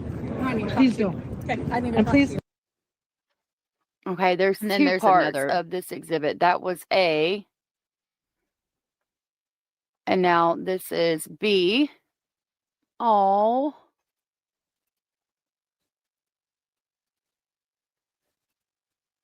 That's amazing. Y'all are amazing. Oh, hold on. Let me turn the volume up. I did don't know not why edit that it's video. already And I on apologize some for and not that. others. Please do not talk to me. I feel threatened. Well, I need to talk to you about the stuff you said. Please do about not talk to me. I feel threatened. me. Okay, I feel threatened by the things you're saying about me. So then let's stay away from each other. I think that you're a bully. Please stay away. I feel threatened. Oh, really, Lauren? Now, from my understanding, from reading these documents and going through some of this stuff, it's my understanding that Lauren was talking shit about that woman's husband. Like, I would be kind of fucking upset about that too. I don't judge her parenting because I don't know anything about it, but two things can be true. She can be a great parent and an awful friend. I agree with that. And I'm so proud of you women who are breadwinners for your household. That is an amazing thing to do. And if I'm being quite honest, like I said, I like being a stay-at-home mom, but I know that unless I did some extensive schooling, which I probably should have done, I would never make as much money as Mr. Speculating does. Granted, we're not living rich or anything. We live paycheck to paycheck, but still, I wouldn't be able to bring in the money that he brings in. And for us, homeschooling is very important. Like we make enough to get by. We make enough to make it work. You know what I mean? So that we can homeschool, and homeschooling is more important. Being here with the kids is more important to me than, I don't know. I don't want to say being financially stable, but I guess, being not having to worry about money. I guess that's true. You guys are amazing though. Yeah, that's why it's a blessing that I have this YouTube channel, because we can definitely use the money that I bring in from it, but I look at it as a blessing. But I am blessed to be able to work from home. Hey, Bella's boys. Lamb Chop, good to see you. They are so much matched as a couple. The way Lori is always drooling over detectives at the Lori Vallow trial. Well, there's rumors that more might have went on there, so I don't know. Right. I agree. Lauren has basically cried wolf. Do you feel threatened just like Sarah Boone's action wasn't intentional? Easier now that my children are teens. They don't need me as much, but it was really hard when they were smaller. Oh, the pretend judge. Nothing wrong with working. Right, right. How can Lauren say, don't record me as recording her? She's so one-sided. Right. And she says, I feel threatened. I feel like you're a bully after talking about that woman's husband. Like, I'll be damned. I would feel just like that woman and probably do more. Okay. So, on April 15th, I tried to talk to Matthias about the statement. Fearing Matthias would misrepresent the conversation, I attempted to record it. Matthias approached me while recording me and asked if I was recording her. She later submitted the video to the Boise Police Department, and that's what we just saw. Matthias became emotional and ran into the courthouse, claiming I was threatening her and bullying her. Again, that's what we just saw. She then reemerged and continued filming me, repeating that I was threatening and bullying her. I was not threatening or bullying her. Following this encounter, one or more bailiffs approached me about the incident. They told me Matthias claimed she felt threatened and asked if I felt threatened by Matthias. The bailiff did not remove me from the courthouse or otherwise restrict me. They merely encouraged me not to talk to Matthias. Immediately thereafter, Greyson followed me into the bathroom and approached me various other times. This is consistent with the many instances where Matthias and or Greyson have made allegations against me. The girl they sent the cease and desist to and others only to enter our personal space and attempt to provoke a confrontation. This conduct and pattern persisted throughout April and June anytime that we saw Matthias or Greyson. For example, at the Daybell trial on June 10th of 2025, I was sitting in the courtroom awaiting witness testimony.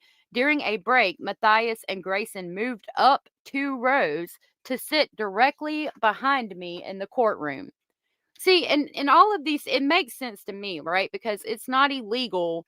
Like Lauren and Grayson are probably sitting there saying, it's not illegal to move seats. We can't get in trouble for moving seats. We should do that just to make them feel uncomfortable. You know what I mean? She slammed the door. Talk shit about me all you want, but talk shit on my husband, I'm going to throw the fuck down. Right. Ma'am, if you feel threatened just by my existence, then maybe you should leave your house because it's not making sense. Exactly. And that's the way she's acting. They have to be provided for, though. It's a necessity. I hope you feel good about it, too. Not all families line up in a specific way. This isn't the 1950s anymore. I agree. And I'm glad you were able to do that. It's an amazing thing to be the breadwinner for your family. I don't care what anyone thinks of me or my family. It's not my business, and I don't have time or energy to care about what anyone idiot thinks. That's where I'm at with it. Like, I don't care what people think about me either. The "I feel threatened" comment sounded very pre-rehearsed and staged. It did. I mean, it's the key word, the key thing to say in a moment like that, like trying to get, legal documentation, et cetera, et cetera. The Christina was not present for any of those events. Matthias attempts multiple times to spark a confrontation with me in Boise. I attended portions of the Brian Koberger sentencing in Boise, Idaho, the week of July 21st, 2025. Matthias continued her unusual and concerning conduct in 2 main episodes that occurred on July 23rd of 2025. On July 23rd, I attended a press conference along with their 2 friends, and their friends saved me a seat. And when I returned from the restroom, I learned that Matthias and Greyson had yet again attempted to speak to the girl they sent a cease and desist to, despite having sent the cease and desist. By the time I arrived, Matthias and Greyson had crossed to the other side of the venue and were seated.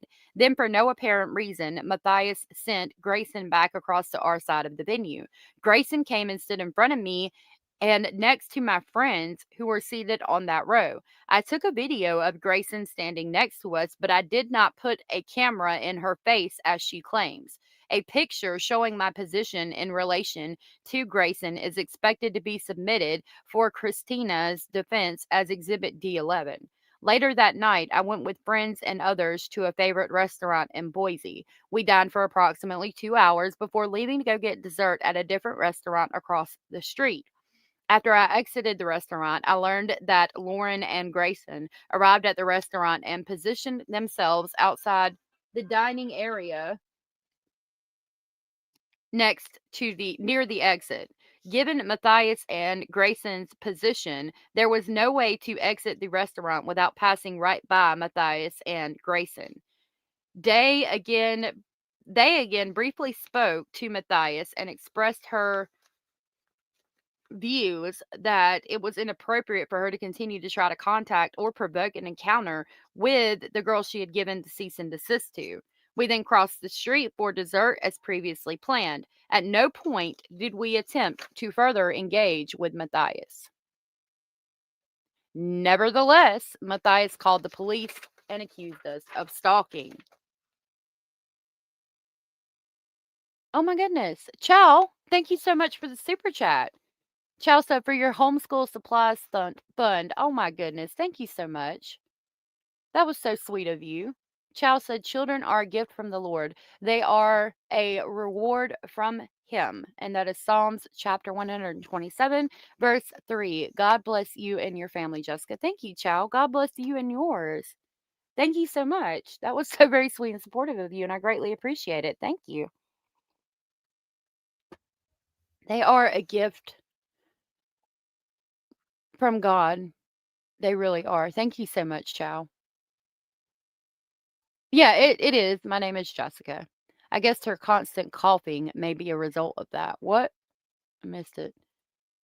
I heard it on J for Justice. No one believes it's real. Hold on a minute, y'all.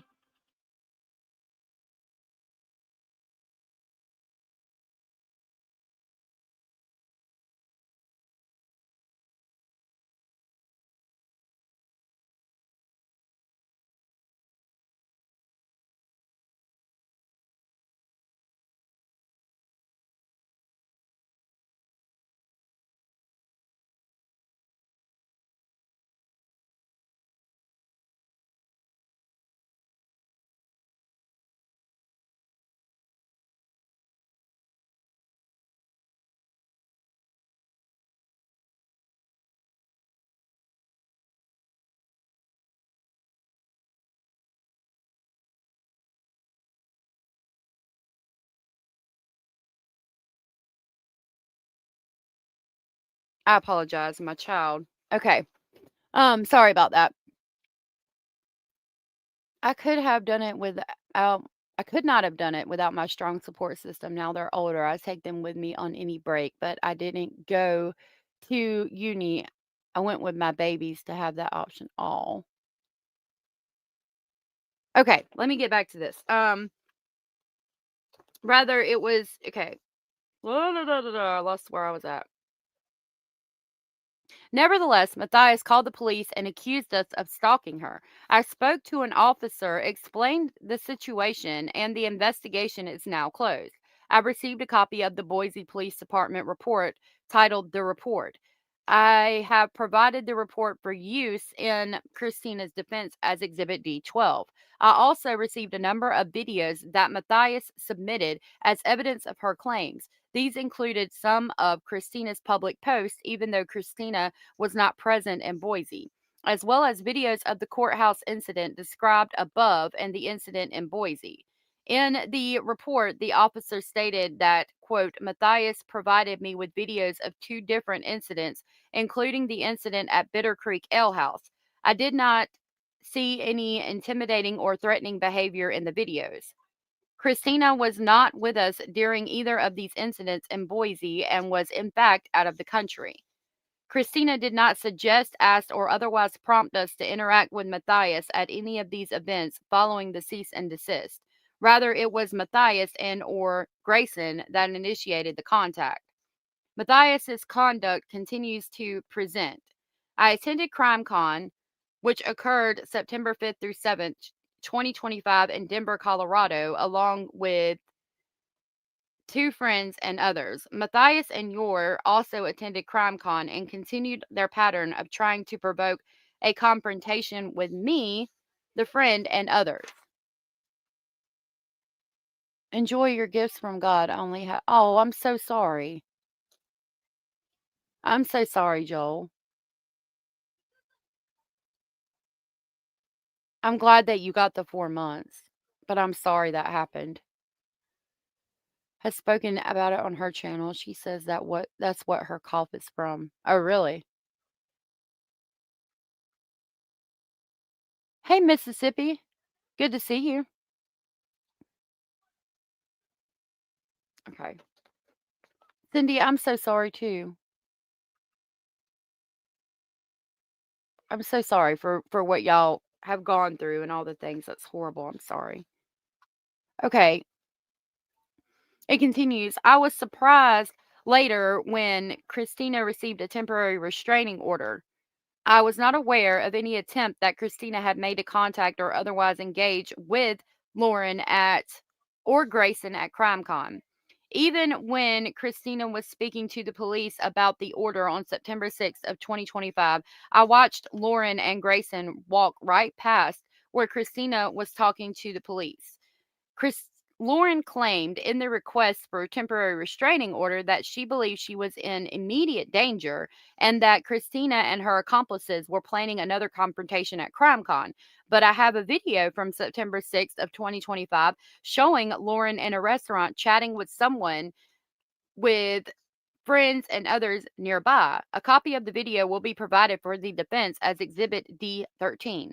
At no point did I observe Lauren or Greyson experiencing any anxiety or fear.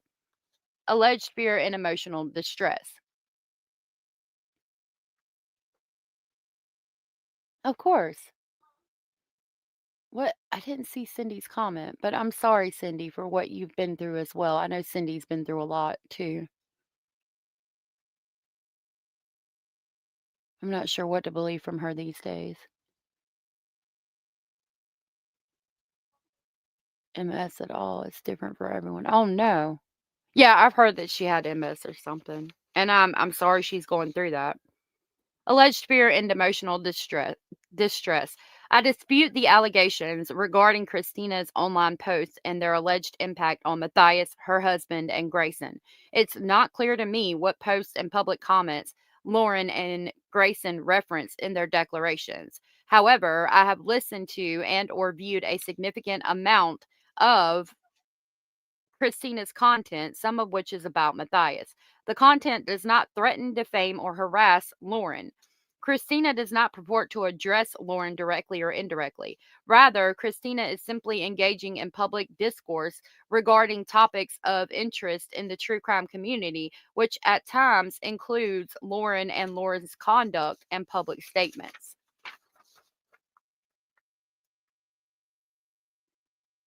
Oh, Cindy is Joel. Okay. Sorry. Sorry about that, Cindy. I got confused.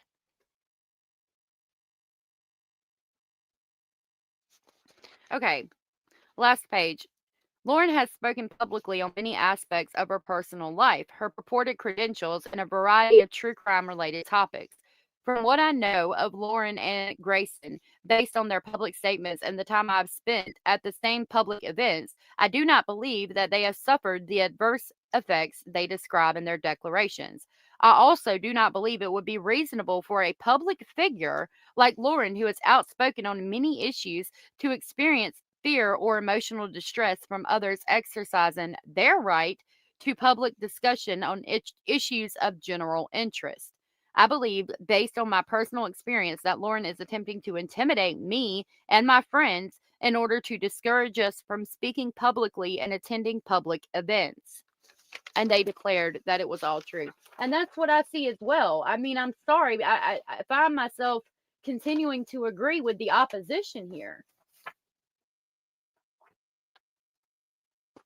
I don't know what to say about that, Lauren, but yeah, you can't stop people from speaking on you. Again, I reiterate, if you thought that's what needed to happen, then maybe take a defamation lawsuit.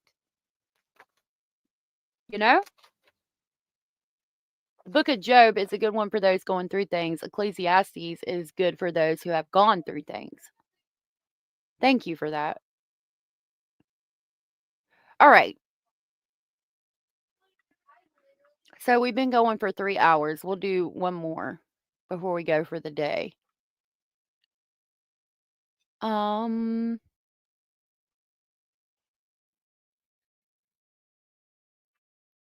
Let's see. Did we go over the proposed temporary order?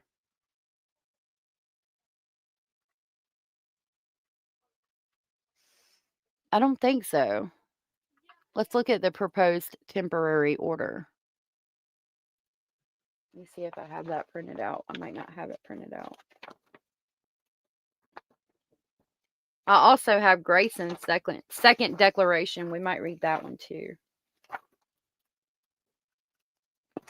I didn't print out all of them.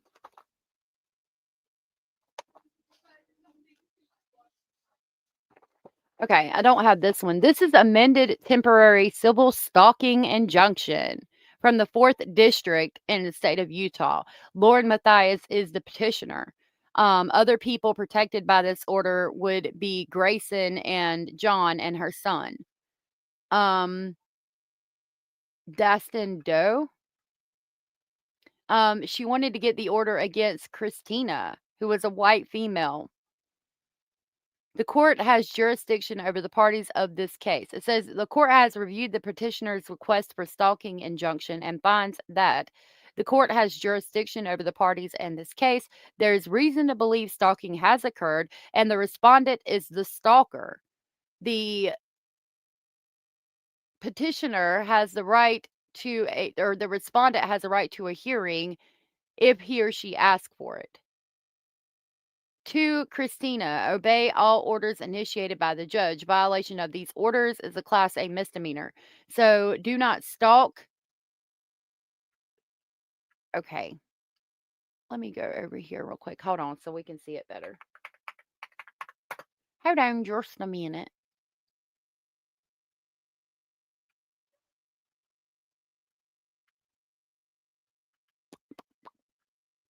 Hold on just a minute. Okay. I am looking for it.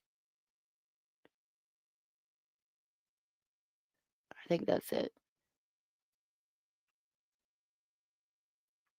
Okay, there we go.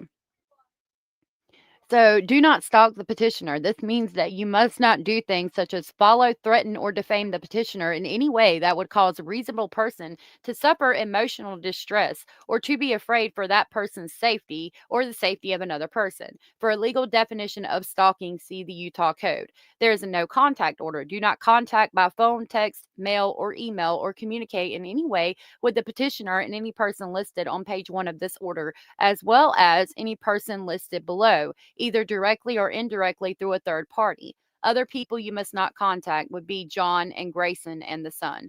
A stay away order was issued. So she was to stay away from the petitioner's current or future vehicle, job, school, or home. And they listed the work address and the school address. In public, respondent must remain at least 500 feet away from the petitioner where reasonably possible. In a courtroom or other closed space, respondent should remain as far away from petitioner as reasonably possible.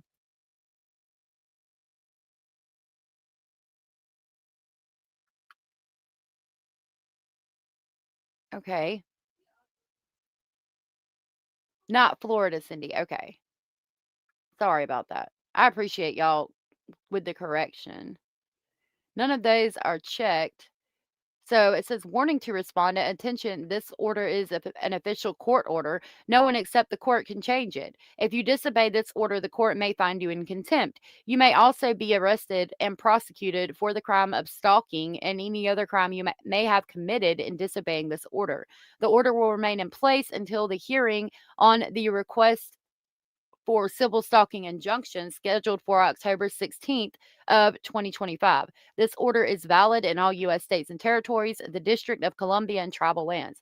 Like, could you imagine being Christina and receiving this? I know she put up some TikTok videos and things like that, but she hadn't really done much. Like, Lauren's afraid of the text messages getting out, and that's about it. Like, that would scare the shit out of me. Like, when I hadn't even done anything? You know what I mean? Hell no.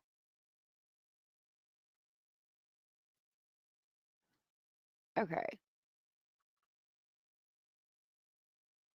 Okay. I'm gonna read one more, which would be the second declaration of Greyson. And then we'll go for the day. Hey, Christina. It was a crash of epic proportions, right? You don't lie to the people who trust you, and you don't trust the people who lie to you. Right? Christina is the victim, not Lauren. Yeah, and for her to get that order, About stalking? I couldn't imagine. I couldn't imagine. All right, this is Greyson's second declaration. She says, "My name is Greyson. I am the employee of the petitioner in this matter. I am writing the second declaration to provide the court with additional information regarding the actions of the respondent and the impact it has had on Lauren Matthias and those around her. The effect that the respondent and her stalking and harassing behavior has had on Lauren has been extreme. As things have escalated, I have noticed a severe mental health decline in Lauren. I am usually with Lauren for 12 or more hours a day.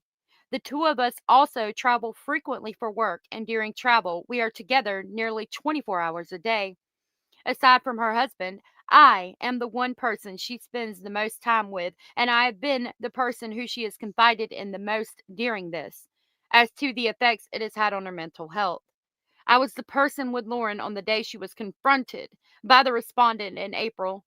I was the person who alerted Lauren on June 19th that the people, quote, wanted her head on a platter, unquote, after being told that on a phone call. After speaking with the police that day, the officer called two people who we had direct information were involved. The officer told us one of the individuals implicated the respondent. We never knew that he had, in fact, called the respondent until she posted a video mocking the officer, which is marked as Exhibit 9 police video. Just a few days after we called the police over safety concerns, a video popped up on my TikTok For You page made by the respondent. After clicking the profile, I quickly realized that the respondent had made an entire profile dedicated to harassing Lauren. I was the one who informed Lauren about this. The shift in Lauren's mental health became even more noticeable after the public social media attacks began.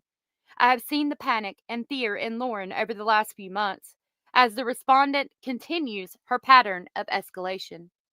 I've had numerous conversations with Lauren about the effect this conduct has had on her mental health. On multiple occasions during those conversations, she has expressed that she did not want to continue living because of how difficult this experience has been. I have spent many hours with Lauren listening to her, helping her process events, and assisting her in looking for ways to stop the respondent's escalation. I have also spent significant time speaking with John about how best to support Lauren. One of the most difficult days was July 7th when John came to me over his concern for Lauren and her expression of wanting to self delete. That same morning, Lauren had texted me saying she had a panic attack. Later that day, she expressed her concern over John's health to me over text. John's mental health has also declined as a result of the respondent's conduct. He frequently tells me how stressed he feels that he is unable to complete work tasks that I have asked of him because there is simply too much happening. When Lauren and I are out of town, he often calls me just to confirm that nothing has occurred and that we are safe. The respondent's conduct has also had a significant impact on Lauren and John's 8-year-old son. Oh, Jesus. Here we motherfucking go. I wish they'd leave that little boy out of the shit. I really, really do. I did feel bad for Hidden True Crime when the story first came out. I don't ever want to be someone that discounts someone's trauma, but the more that comes out, it seems like speech infringement to me. And that's what it seems like to me, too. Like, if it was legit stalking, I wouldn't be going over the documents like this. Yeah, I've seen that, Abellis. I'm going to try to put a video out on it. If she wants to stop living, why have they done over 20 hours of shaming everyone and trying to justify her 5150? Good question. Ma'am, if you don't want to continue living over something so petty, then we have bigger problems here. Exactly, Abraham. Yep. Boom, boom, boom, bop, bam. Lauren needs to clutch the pearls. Profound boundaries have been crossed, right? They're crossing some profound boundaries, talking about that little boy. I frequently spend time with him and take him on outings, and he has confided in me that he has overheard conversations about what is happening. He has told me that he feels sad and that he is afraid when we leave town. Although every effort is made to limit such discussions in his presence, it has been nearly impossible to shield him completely, as the respondent's behavior occurs at all hours. Each each incident creates an immediate disruption, filling the home with fear and preventing the family from continuing with normal activities. Over time, I've also observed changes in his behavior. He has become more irritable and more tearful. His appetite has decreased, and he has grown increasingly attached to Lauren, often needing to be at her side when she is at home and often refusing to let any other adult in the home help him with basic things aside from her. Lauren and John and I work closely together in their family business. Before the respondent's stalking and harassment began, both Lauren and John were able to devote much more time and focus to their work. We regularly held weekly meetings to plan projects and divide responsibilities. Since the respondent's conduct started, those meetings have largely shifted away from business planning and instead center on how everyone is coping and how to keep the business functioning despite the consistent harassment and fear created by the respondent and her accomplices. After the court granted the temporary civil stalking injunction on September 4th, I had hoped that Lauren and I would finally feel safe attending upcoming work events. However, within mere hours, the respondent violated the order and since then has continued to violate it repeatedly. From September 5th to 7th, we attended the CrimeCon Expose in Aurora, Colorado. After arriving on Thursday, September 4th, Lauren and I contacted law enforcement to notify them of the injunction. That evening the respondent posted a TikTok which is titled "Whoops" video in exhibits. So they contacted the police to say, "We're going to be here just in case you didn't know. We have a stalking injunction against this person. I want you to know this." And then proceeded to call the cops and let them know that she was in the same room with them and she needed to be removed. Wow. Right, Miss King? At least with Sarah Boone, her son had a father looking after him, but in this case, the father is not protecting the son. I agree. My God, y'all.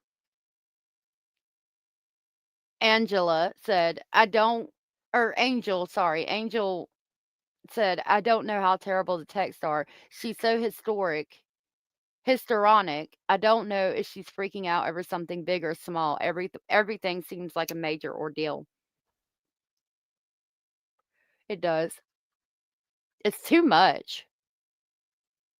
Several creators do this, bring their children into adult conversations and in a room as they do live videos talking crazy drama. So sad for these children. I agree. Salty mamas. Nothing more than she deserves.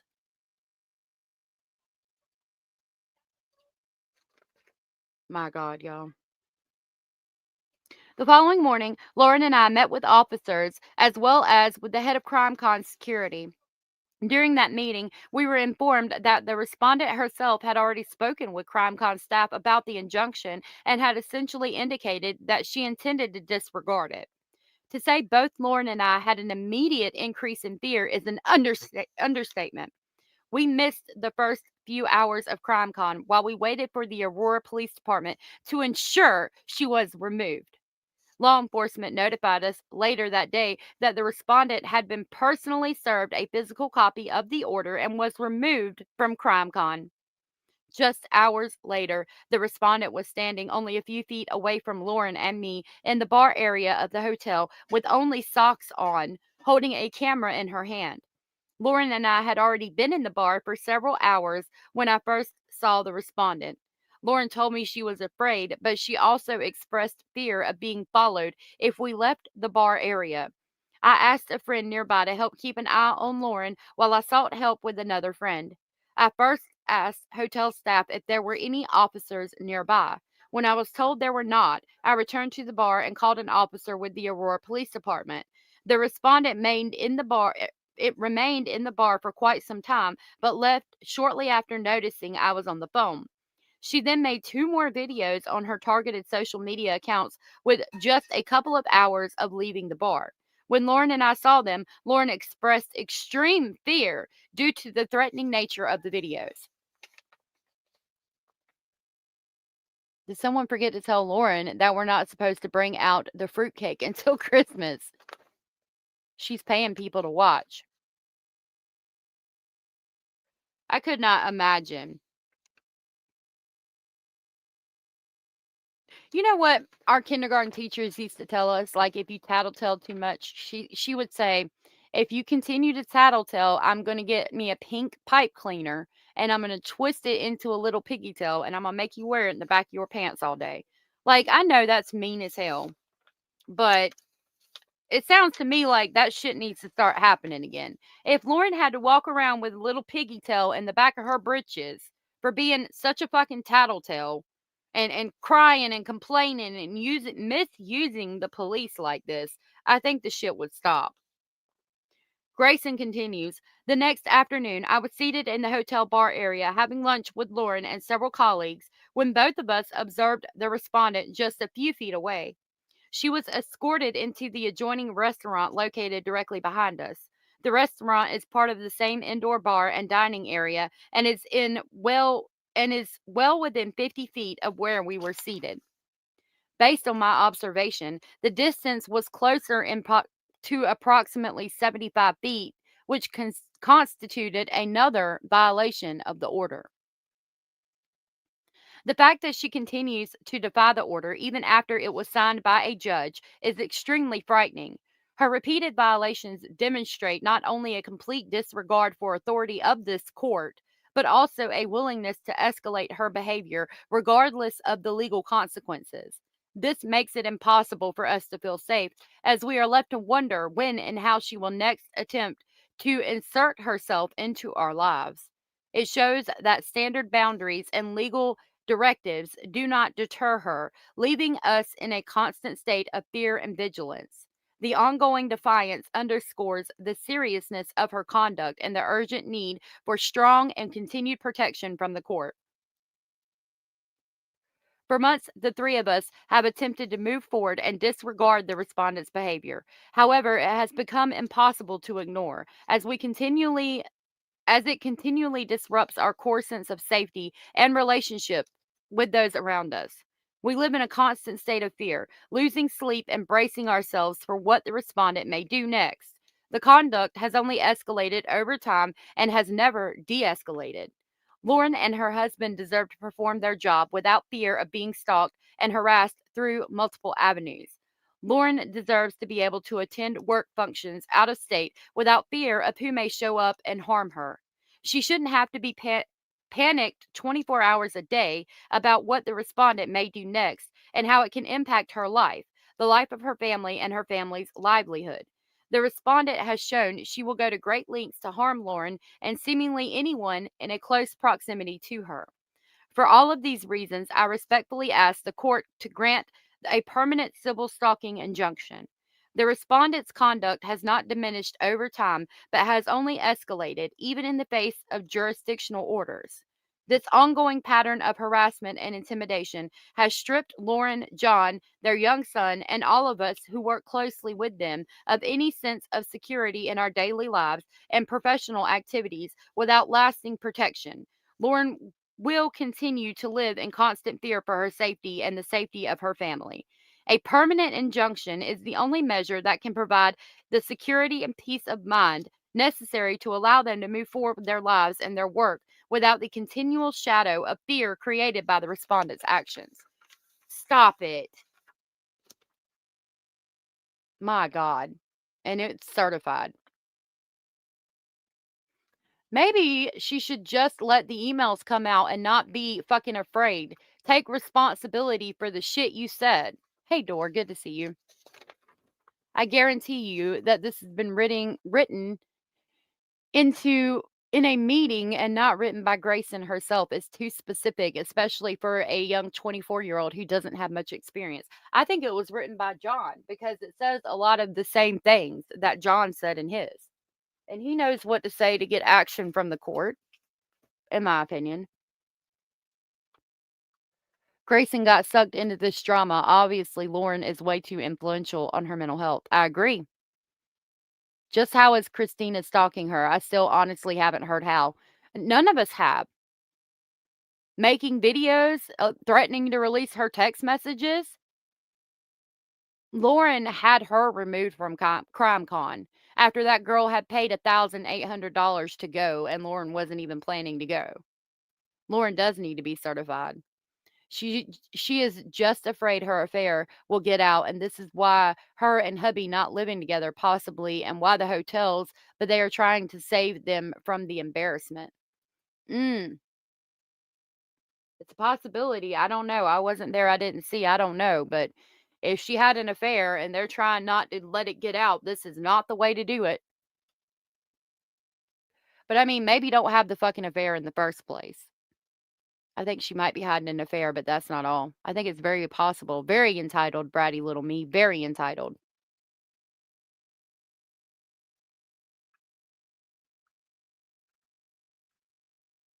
What is this? Is that John? Hold on.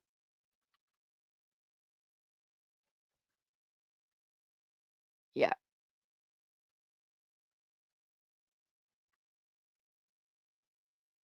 Is that John? In the Ronald McDonald?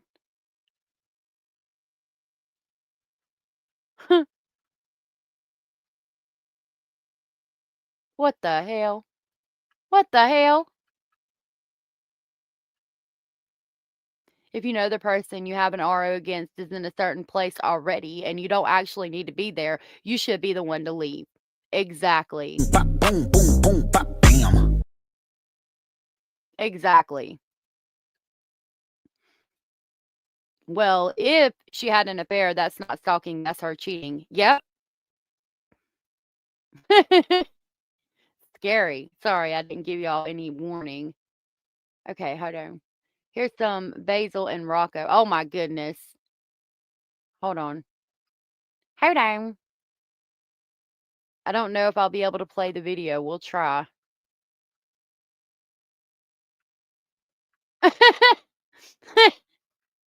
I like that. Hold on, I'll show y'all the pictures, the AI pictures of Basil and Rocco. Okay, let me pull it up. Thank you, Abraham and Shelby, for the pictures and everything. Hold on.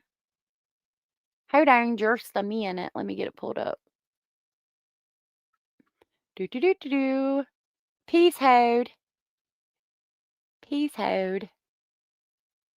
Ah, no. I didn't want to do that. Thank you. All right, I want to do this. Okay, Abraham made this that says, please have a seat. That's Basil. Have a seat, ma'am. That looks exactly like Basil. And it says, please have several seats, ma'am. Exactly, Lauren. Basil said, please have several motherfucking seats, ma'am. That looks exactly like Basil. There's Basil and Rocco. Oh my goodness. Okay, there's no sound to it. Look. How cute is that? Oh my gosh. If Basil and Rocco had a podcast. Look. I like that. It is cute, isn't it? So cute. So basically, we're BFFs and you know my secret, and now we're not friends, and I'm scared you're going to tell my secrets. That's what it boils down to. Why are we wasting the court's time with your bullshit? You know what I mean? I also got the vibe she wasn't setting up any text that came out to be fake. She even shows us how to fake text. I had no idea before that. I didn't even see that. I've heard about it though. New show idea, Housewives of LDS Crime Community Vegas. What happens in Vegas stays in Vegas, except for the entire social media arena. That would be a good show. I made an AI photo of my 2 tuxedo cats and little prison jumpers because they're little criminals. That's so cute. Yeah, thank you, Abraham. I appreciate that. That is cute. Look, there's Basil and Rocco doing a podcast too. How sweet. I know, crime detectives Basil and Rocco. How sweet is that? Oh, thank you, Abraham. That was super cool of you to share. There's the video I made. I like that. Thank you, Basil. Thank you, Abraham, for sharing Rocco and Basil. Please have several seats, ma'am. I like that. How cute. Oh, it might have been. It might have been John Wayne Gacy. I'd have to ask Shelby. You have done a great job today. Thank you. I'm glad to be a member and look forward to future interactions on this fun, uplifting channel. I am not getting off the train anytime soon. Love it. Well, thank you for the compliment. Thank you for being here, and I appreciate you too. My yoga instructor is a stalker by their criteria. They are producers. How sweet. Thank you so much for that. I really, really appreciate it. Thank you guys for sitting with me as we went through these documents. We still have a pile of other documents to get through too that we can continue going through tomorrow if you guys want to. I'm going to try to put out a video today. We've got an update on Jack and Lily. I also need to put out this picture of Melody Buzzard allegedly wearing a wig. So I wanted to put out that video for you guys real quick since we're talking about the court documents and the live stream. I'll put out a video with that information for you guys. I love using the Disney filter that Dr. John and Lauren used on Patreon on my hound dog and orange cat. They pretend they aren't best friends, but my camera says different. Oh, I wanted to show y'all something. I'll watch it on replay later on Stolen Spirits and do a thumbs up. Oh, okay. It's okay, bratty little me. Thank you for watching it there. I do want to show y'all something real quick that I saw from Chasing, and I'm sorry, but I had to agree with this. So I'm gonna grab it and I'm gonna drop her link. Yeah, here. Hold on a minute. Okay, I've got the link.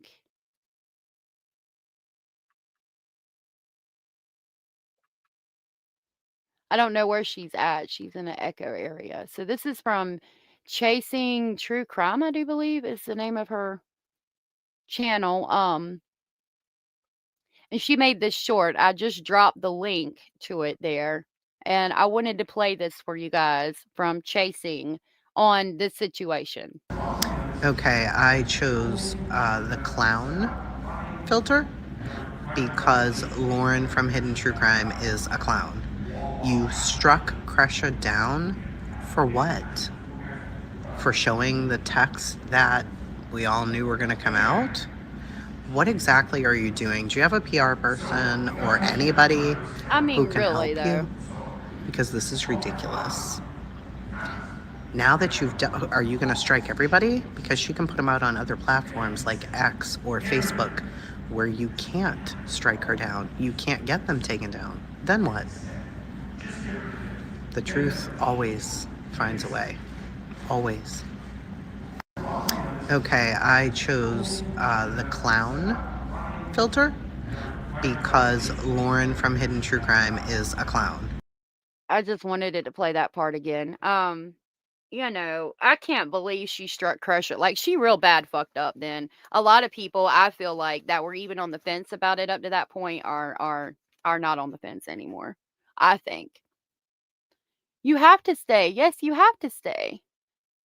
You belong with us now. We claim you. You are part of our speculating family. You are. Lauren says she's getting cavities because she's afraid to go to the dentist. Is he the only dentist in town? What the fuck? I mean, it seems to me like she's got enough money to go to any dentist she wants to. That's just my speculation. Anyways, let me stop running my mouth. I will see you guys tomorrow. It is funny and true. I think so. I bet they are. All right, y'all. Thank you for being here. Thank you for the support. Thank you for spending time together. Thank you for coming to this family meeting. We will continue to go over some more of the documents tomorrow. I do hope to get the video out about Jack and Lily. Malaya is speaking out finally, believe it or not. So I'm going to work on getting that video out to you guys this evening, and we'll be back tomorrow to go over some more of these documents. Until then, please know that you are enough. You are important. You are special, and you are loved. Stay safe out there. Don't do anything crazy. If I could advise you, just get in your bed, cover up, and stay warm, and just stay there forever, and just don't leave, so we all stay safe. But make sure your phone or computer is close by so we can all hang out and talk. Wouldn't that be nice if we could just stay in the bed for like maybe a week? Give me a week in bed to just sleep. I think I'd be happy. You know? All right, y'all. Until tomorrow, bye. I will see you tomorrow. We'll continue to go over these documents. Salty said if she can go to another state for an RO, she can go to a damn dentist in another state. Sure, there's more than one in hers. Oh my. I agree. I agree. All right, bye everyone. I'll see y'all tomorrow. Stay safe.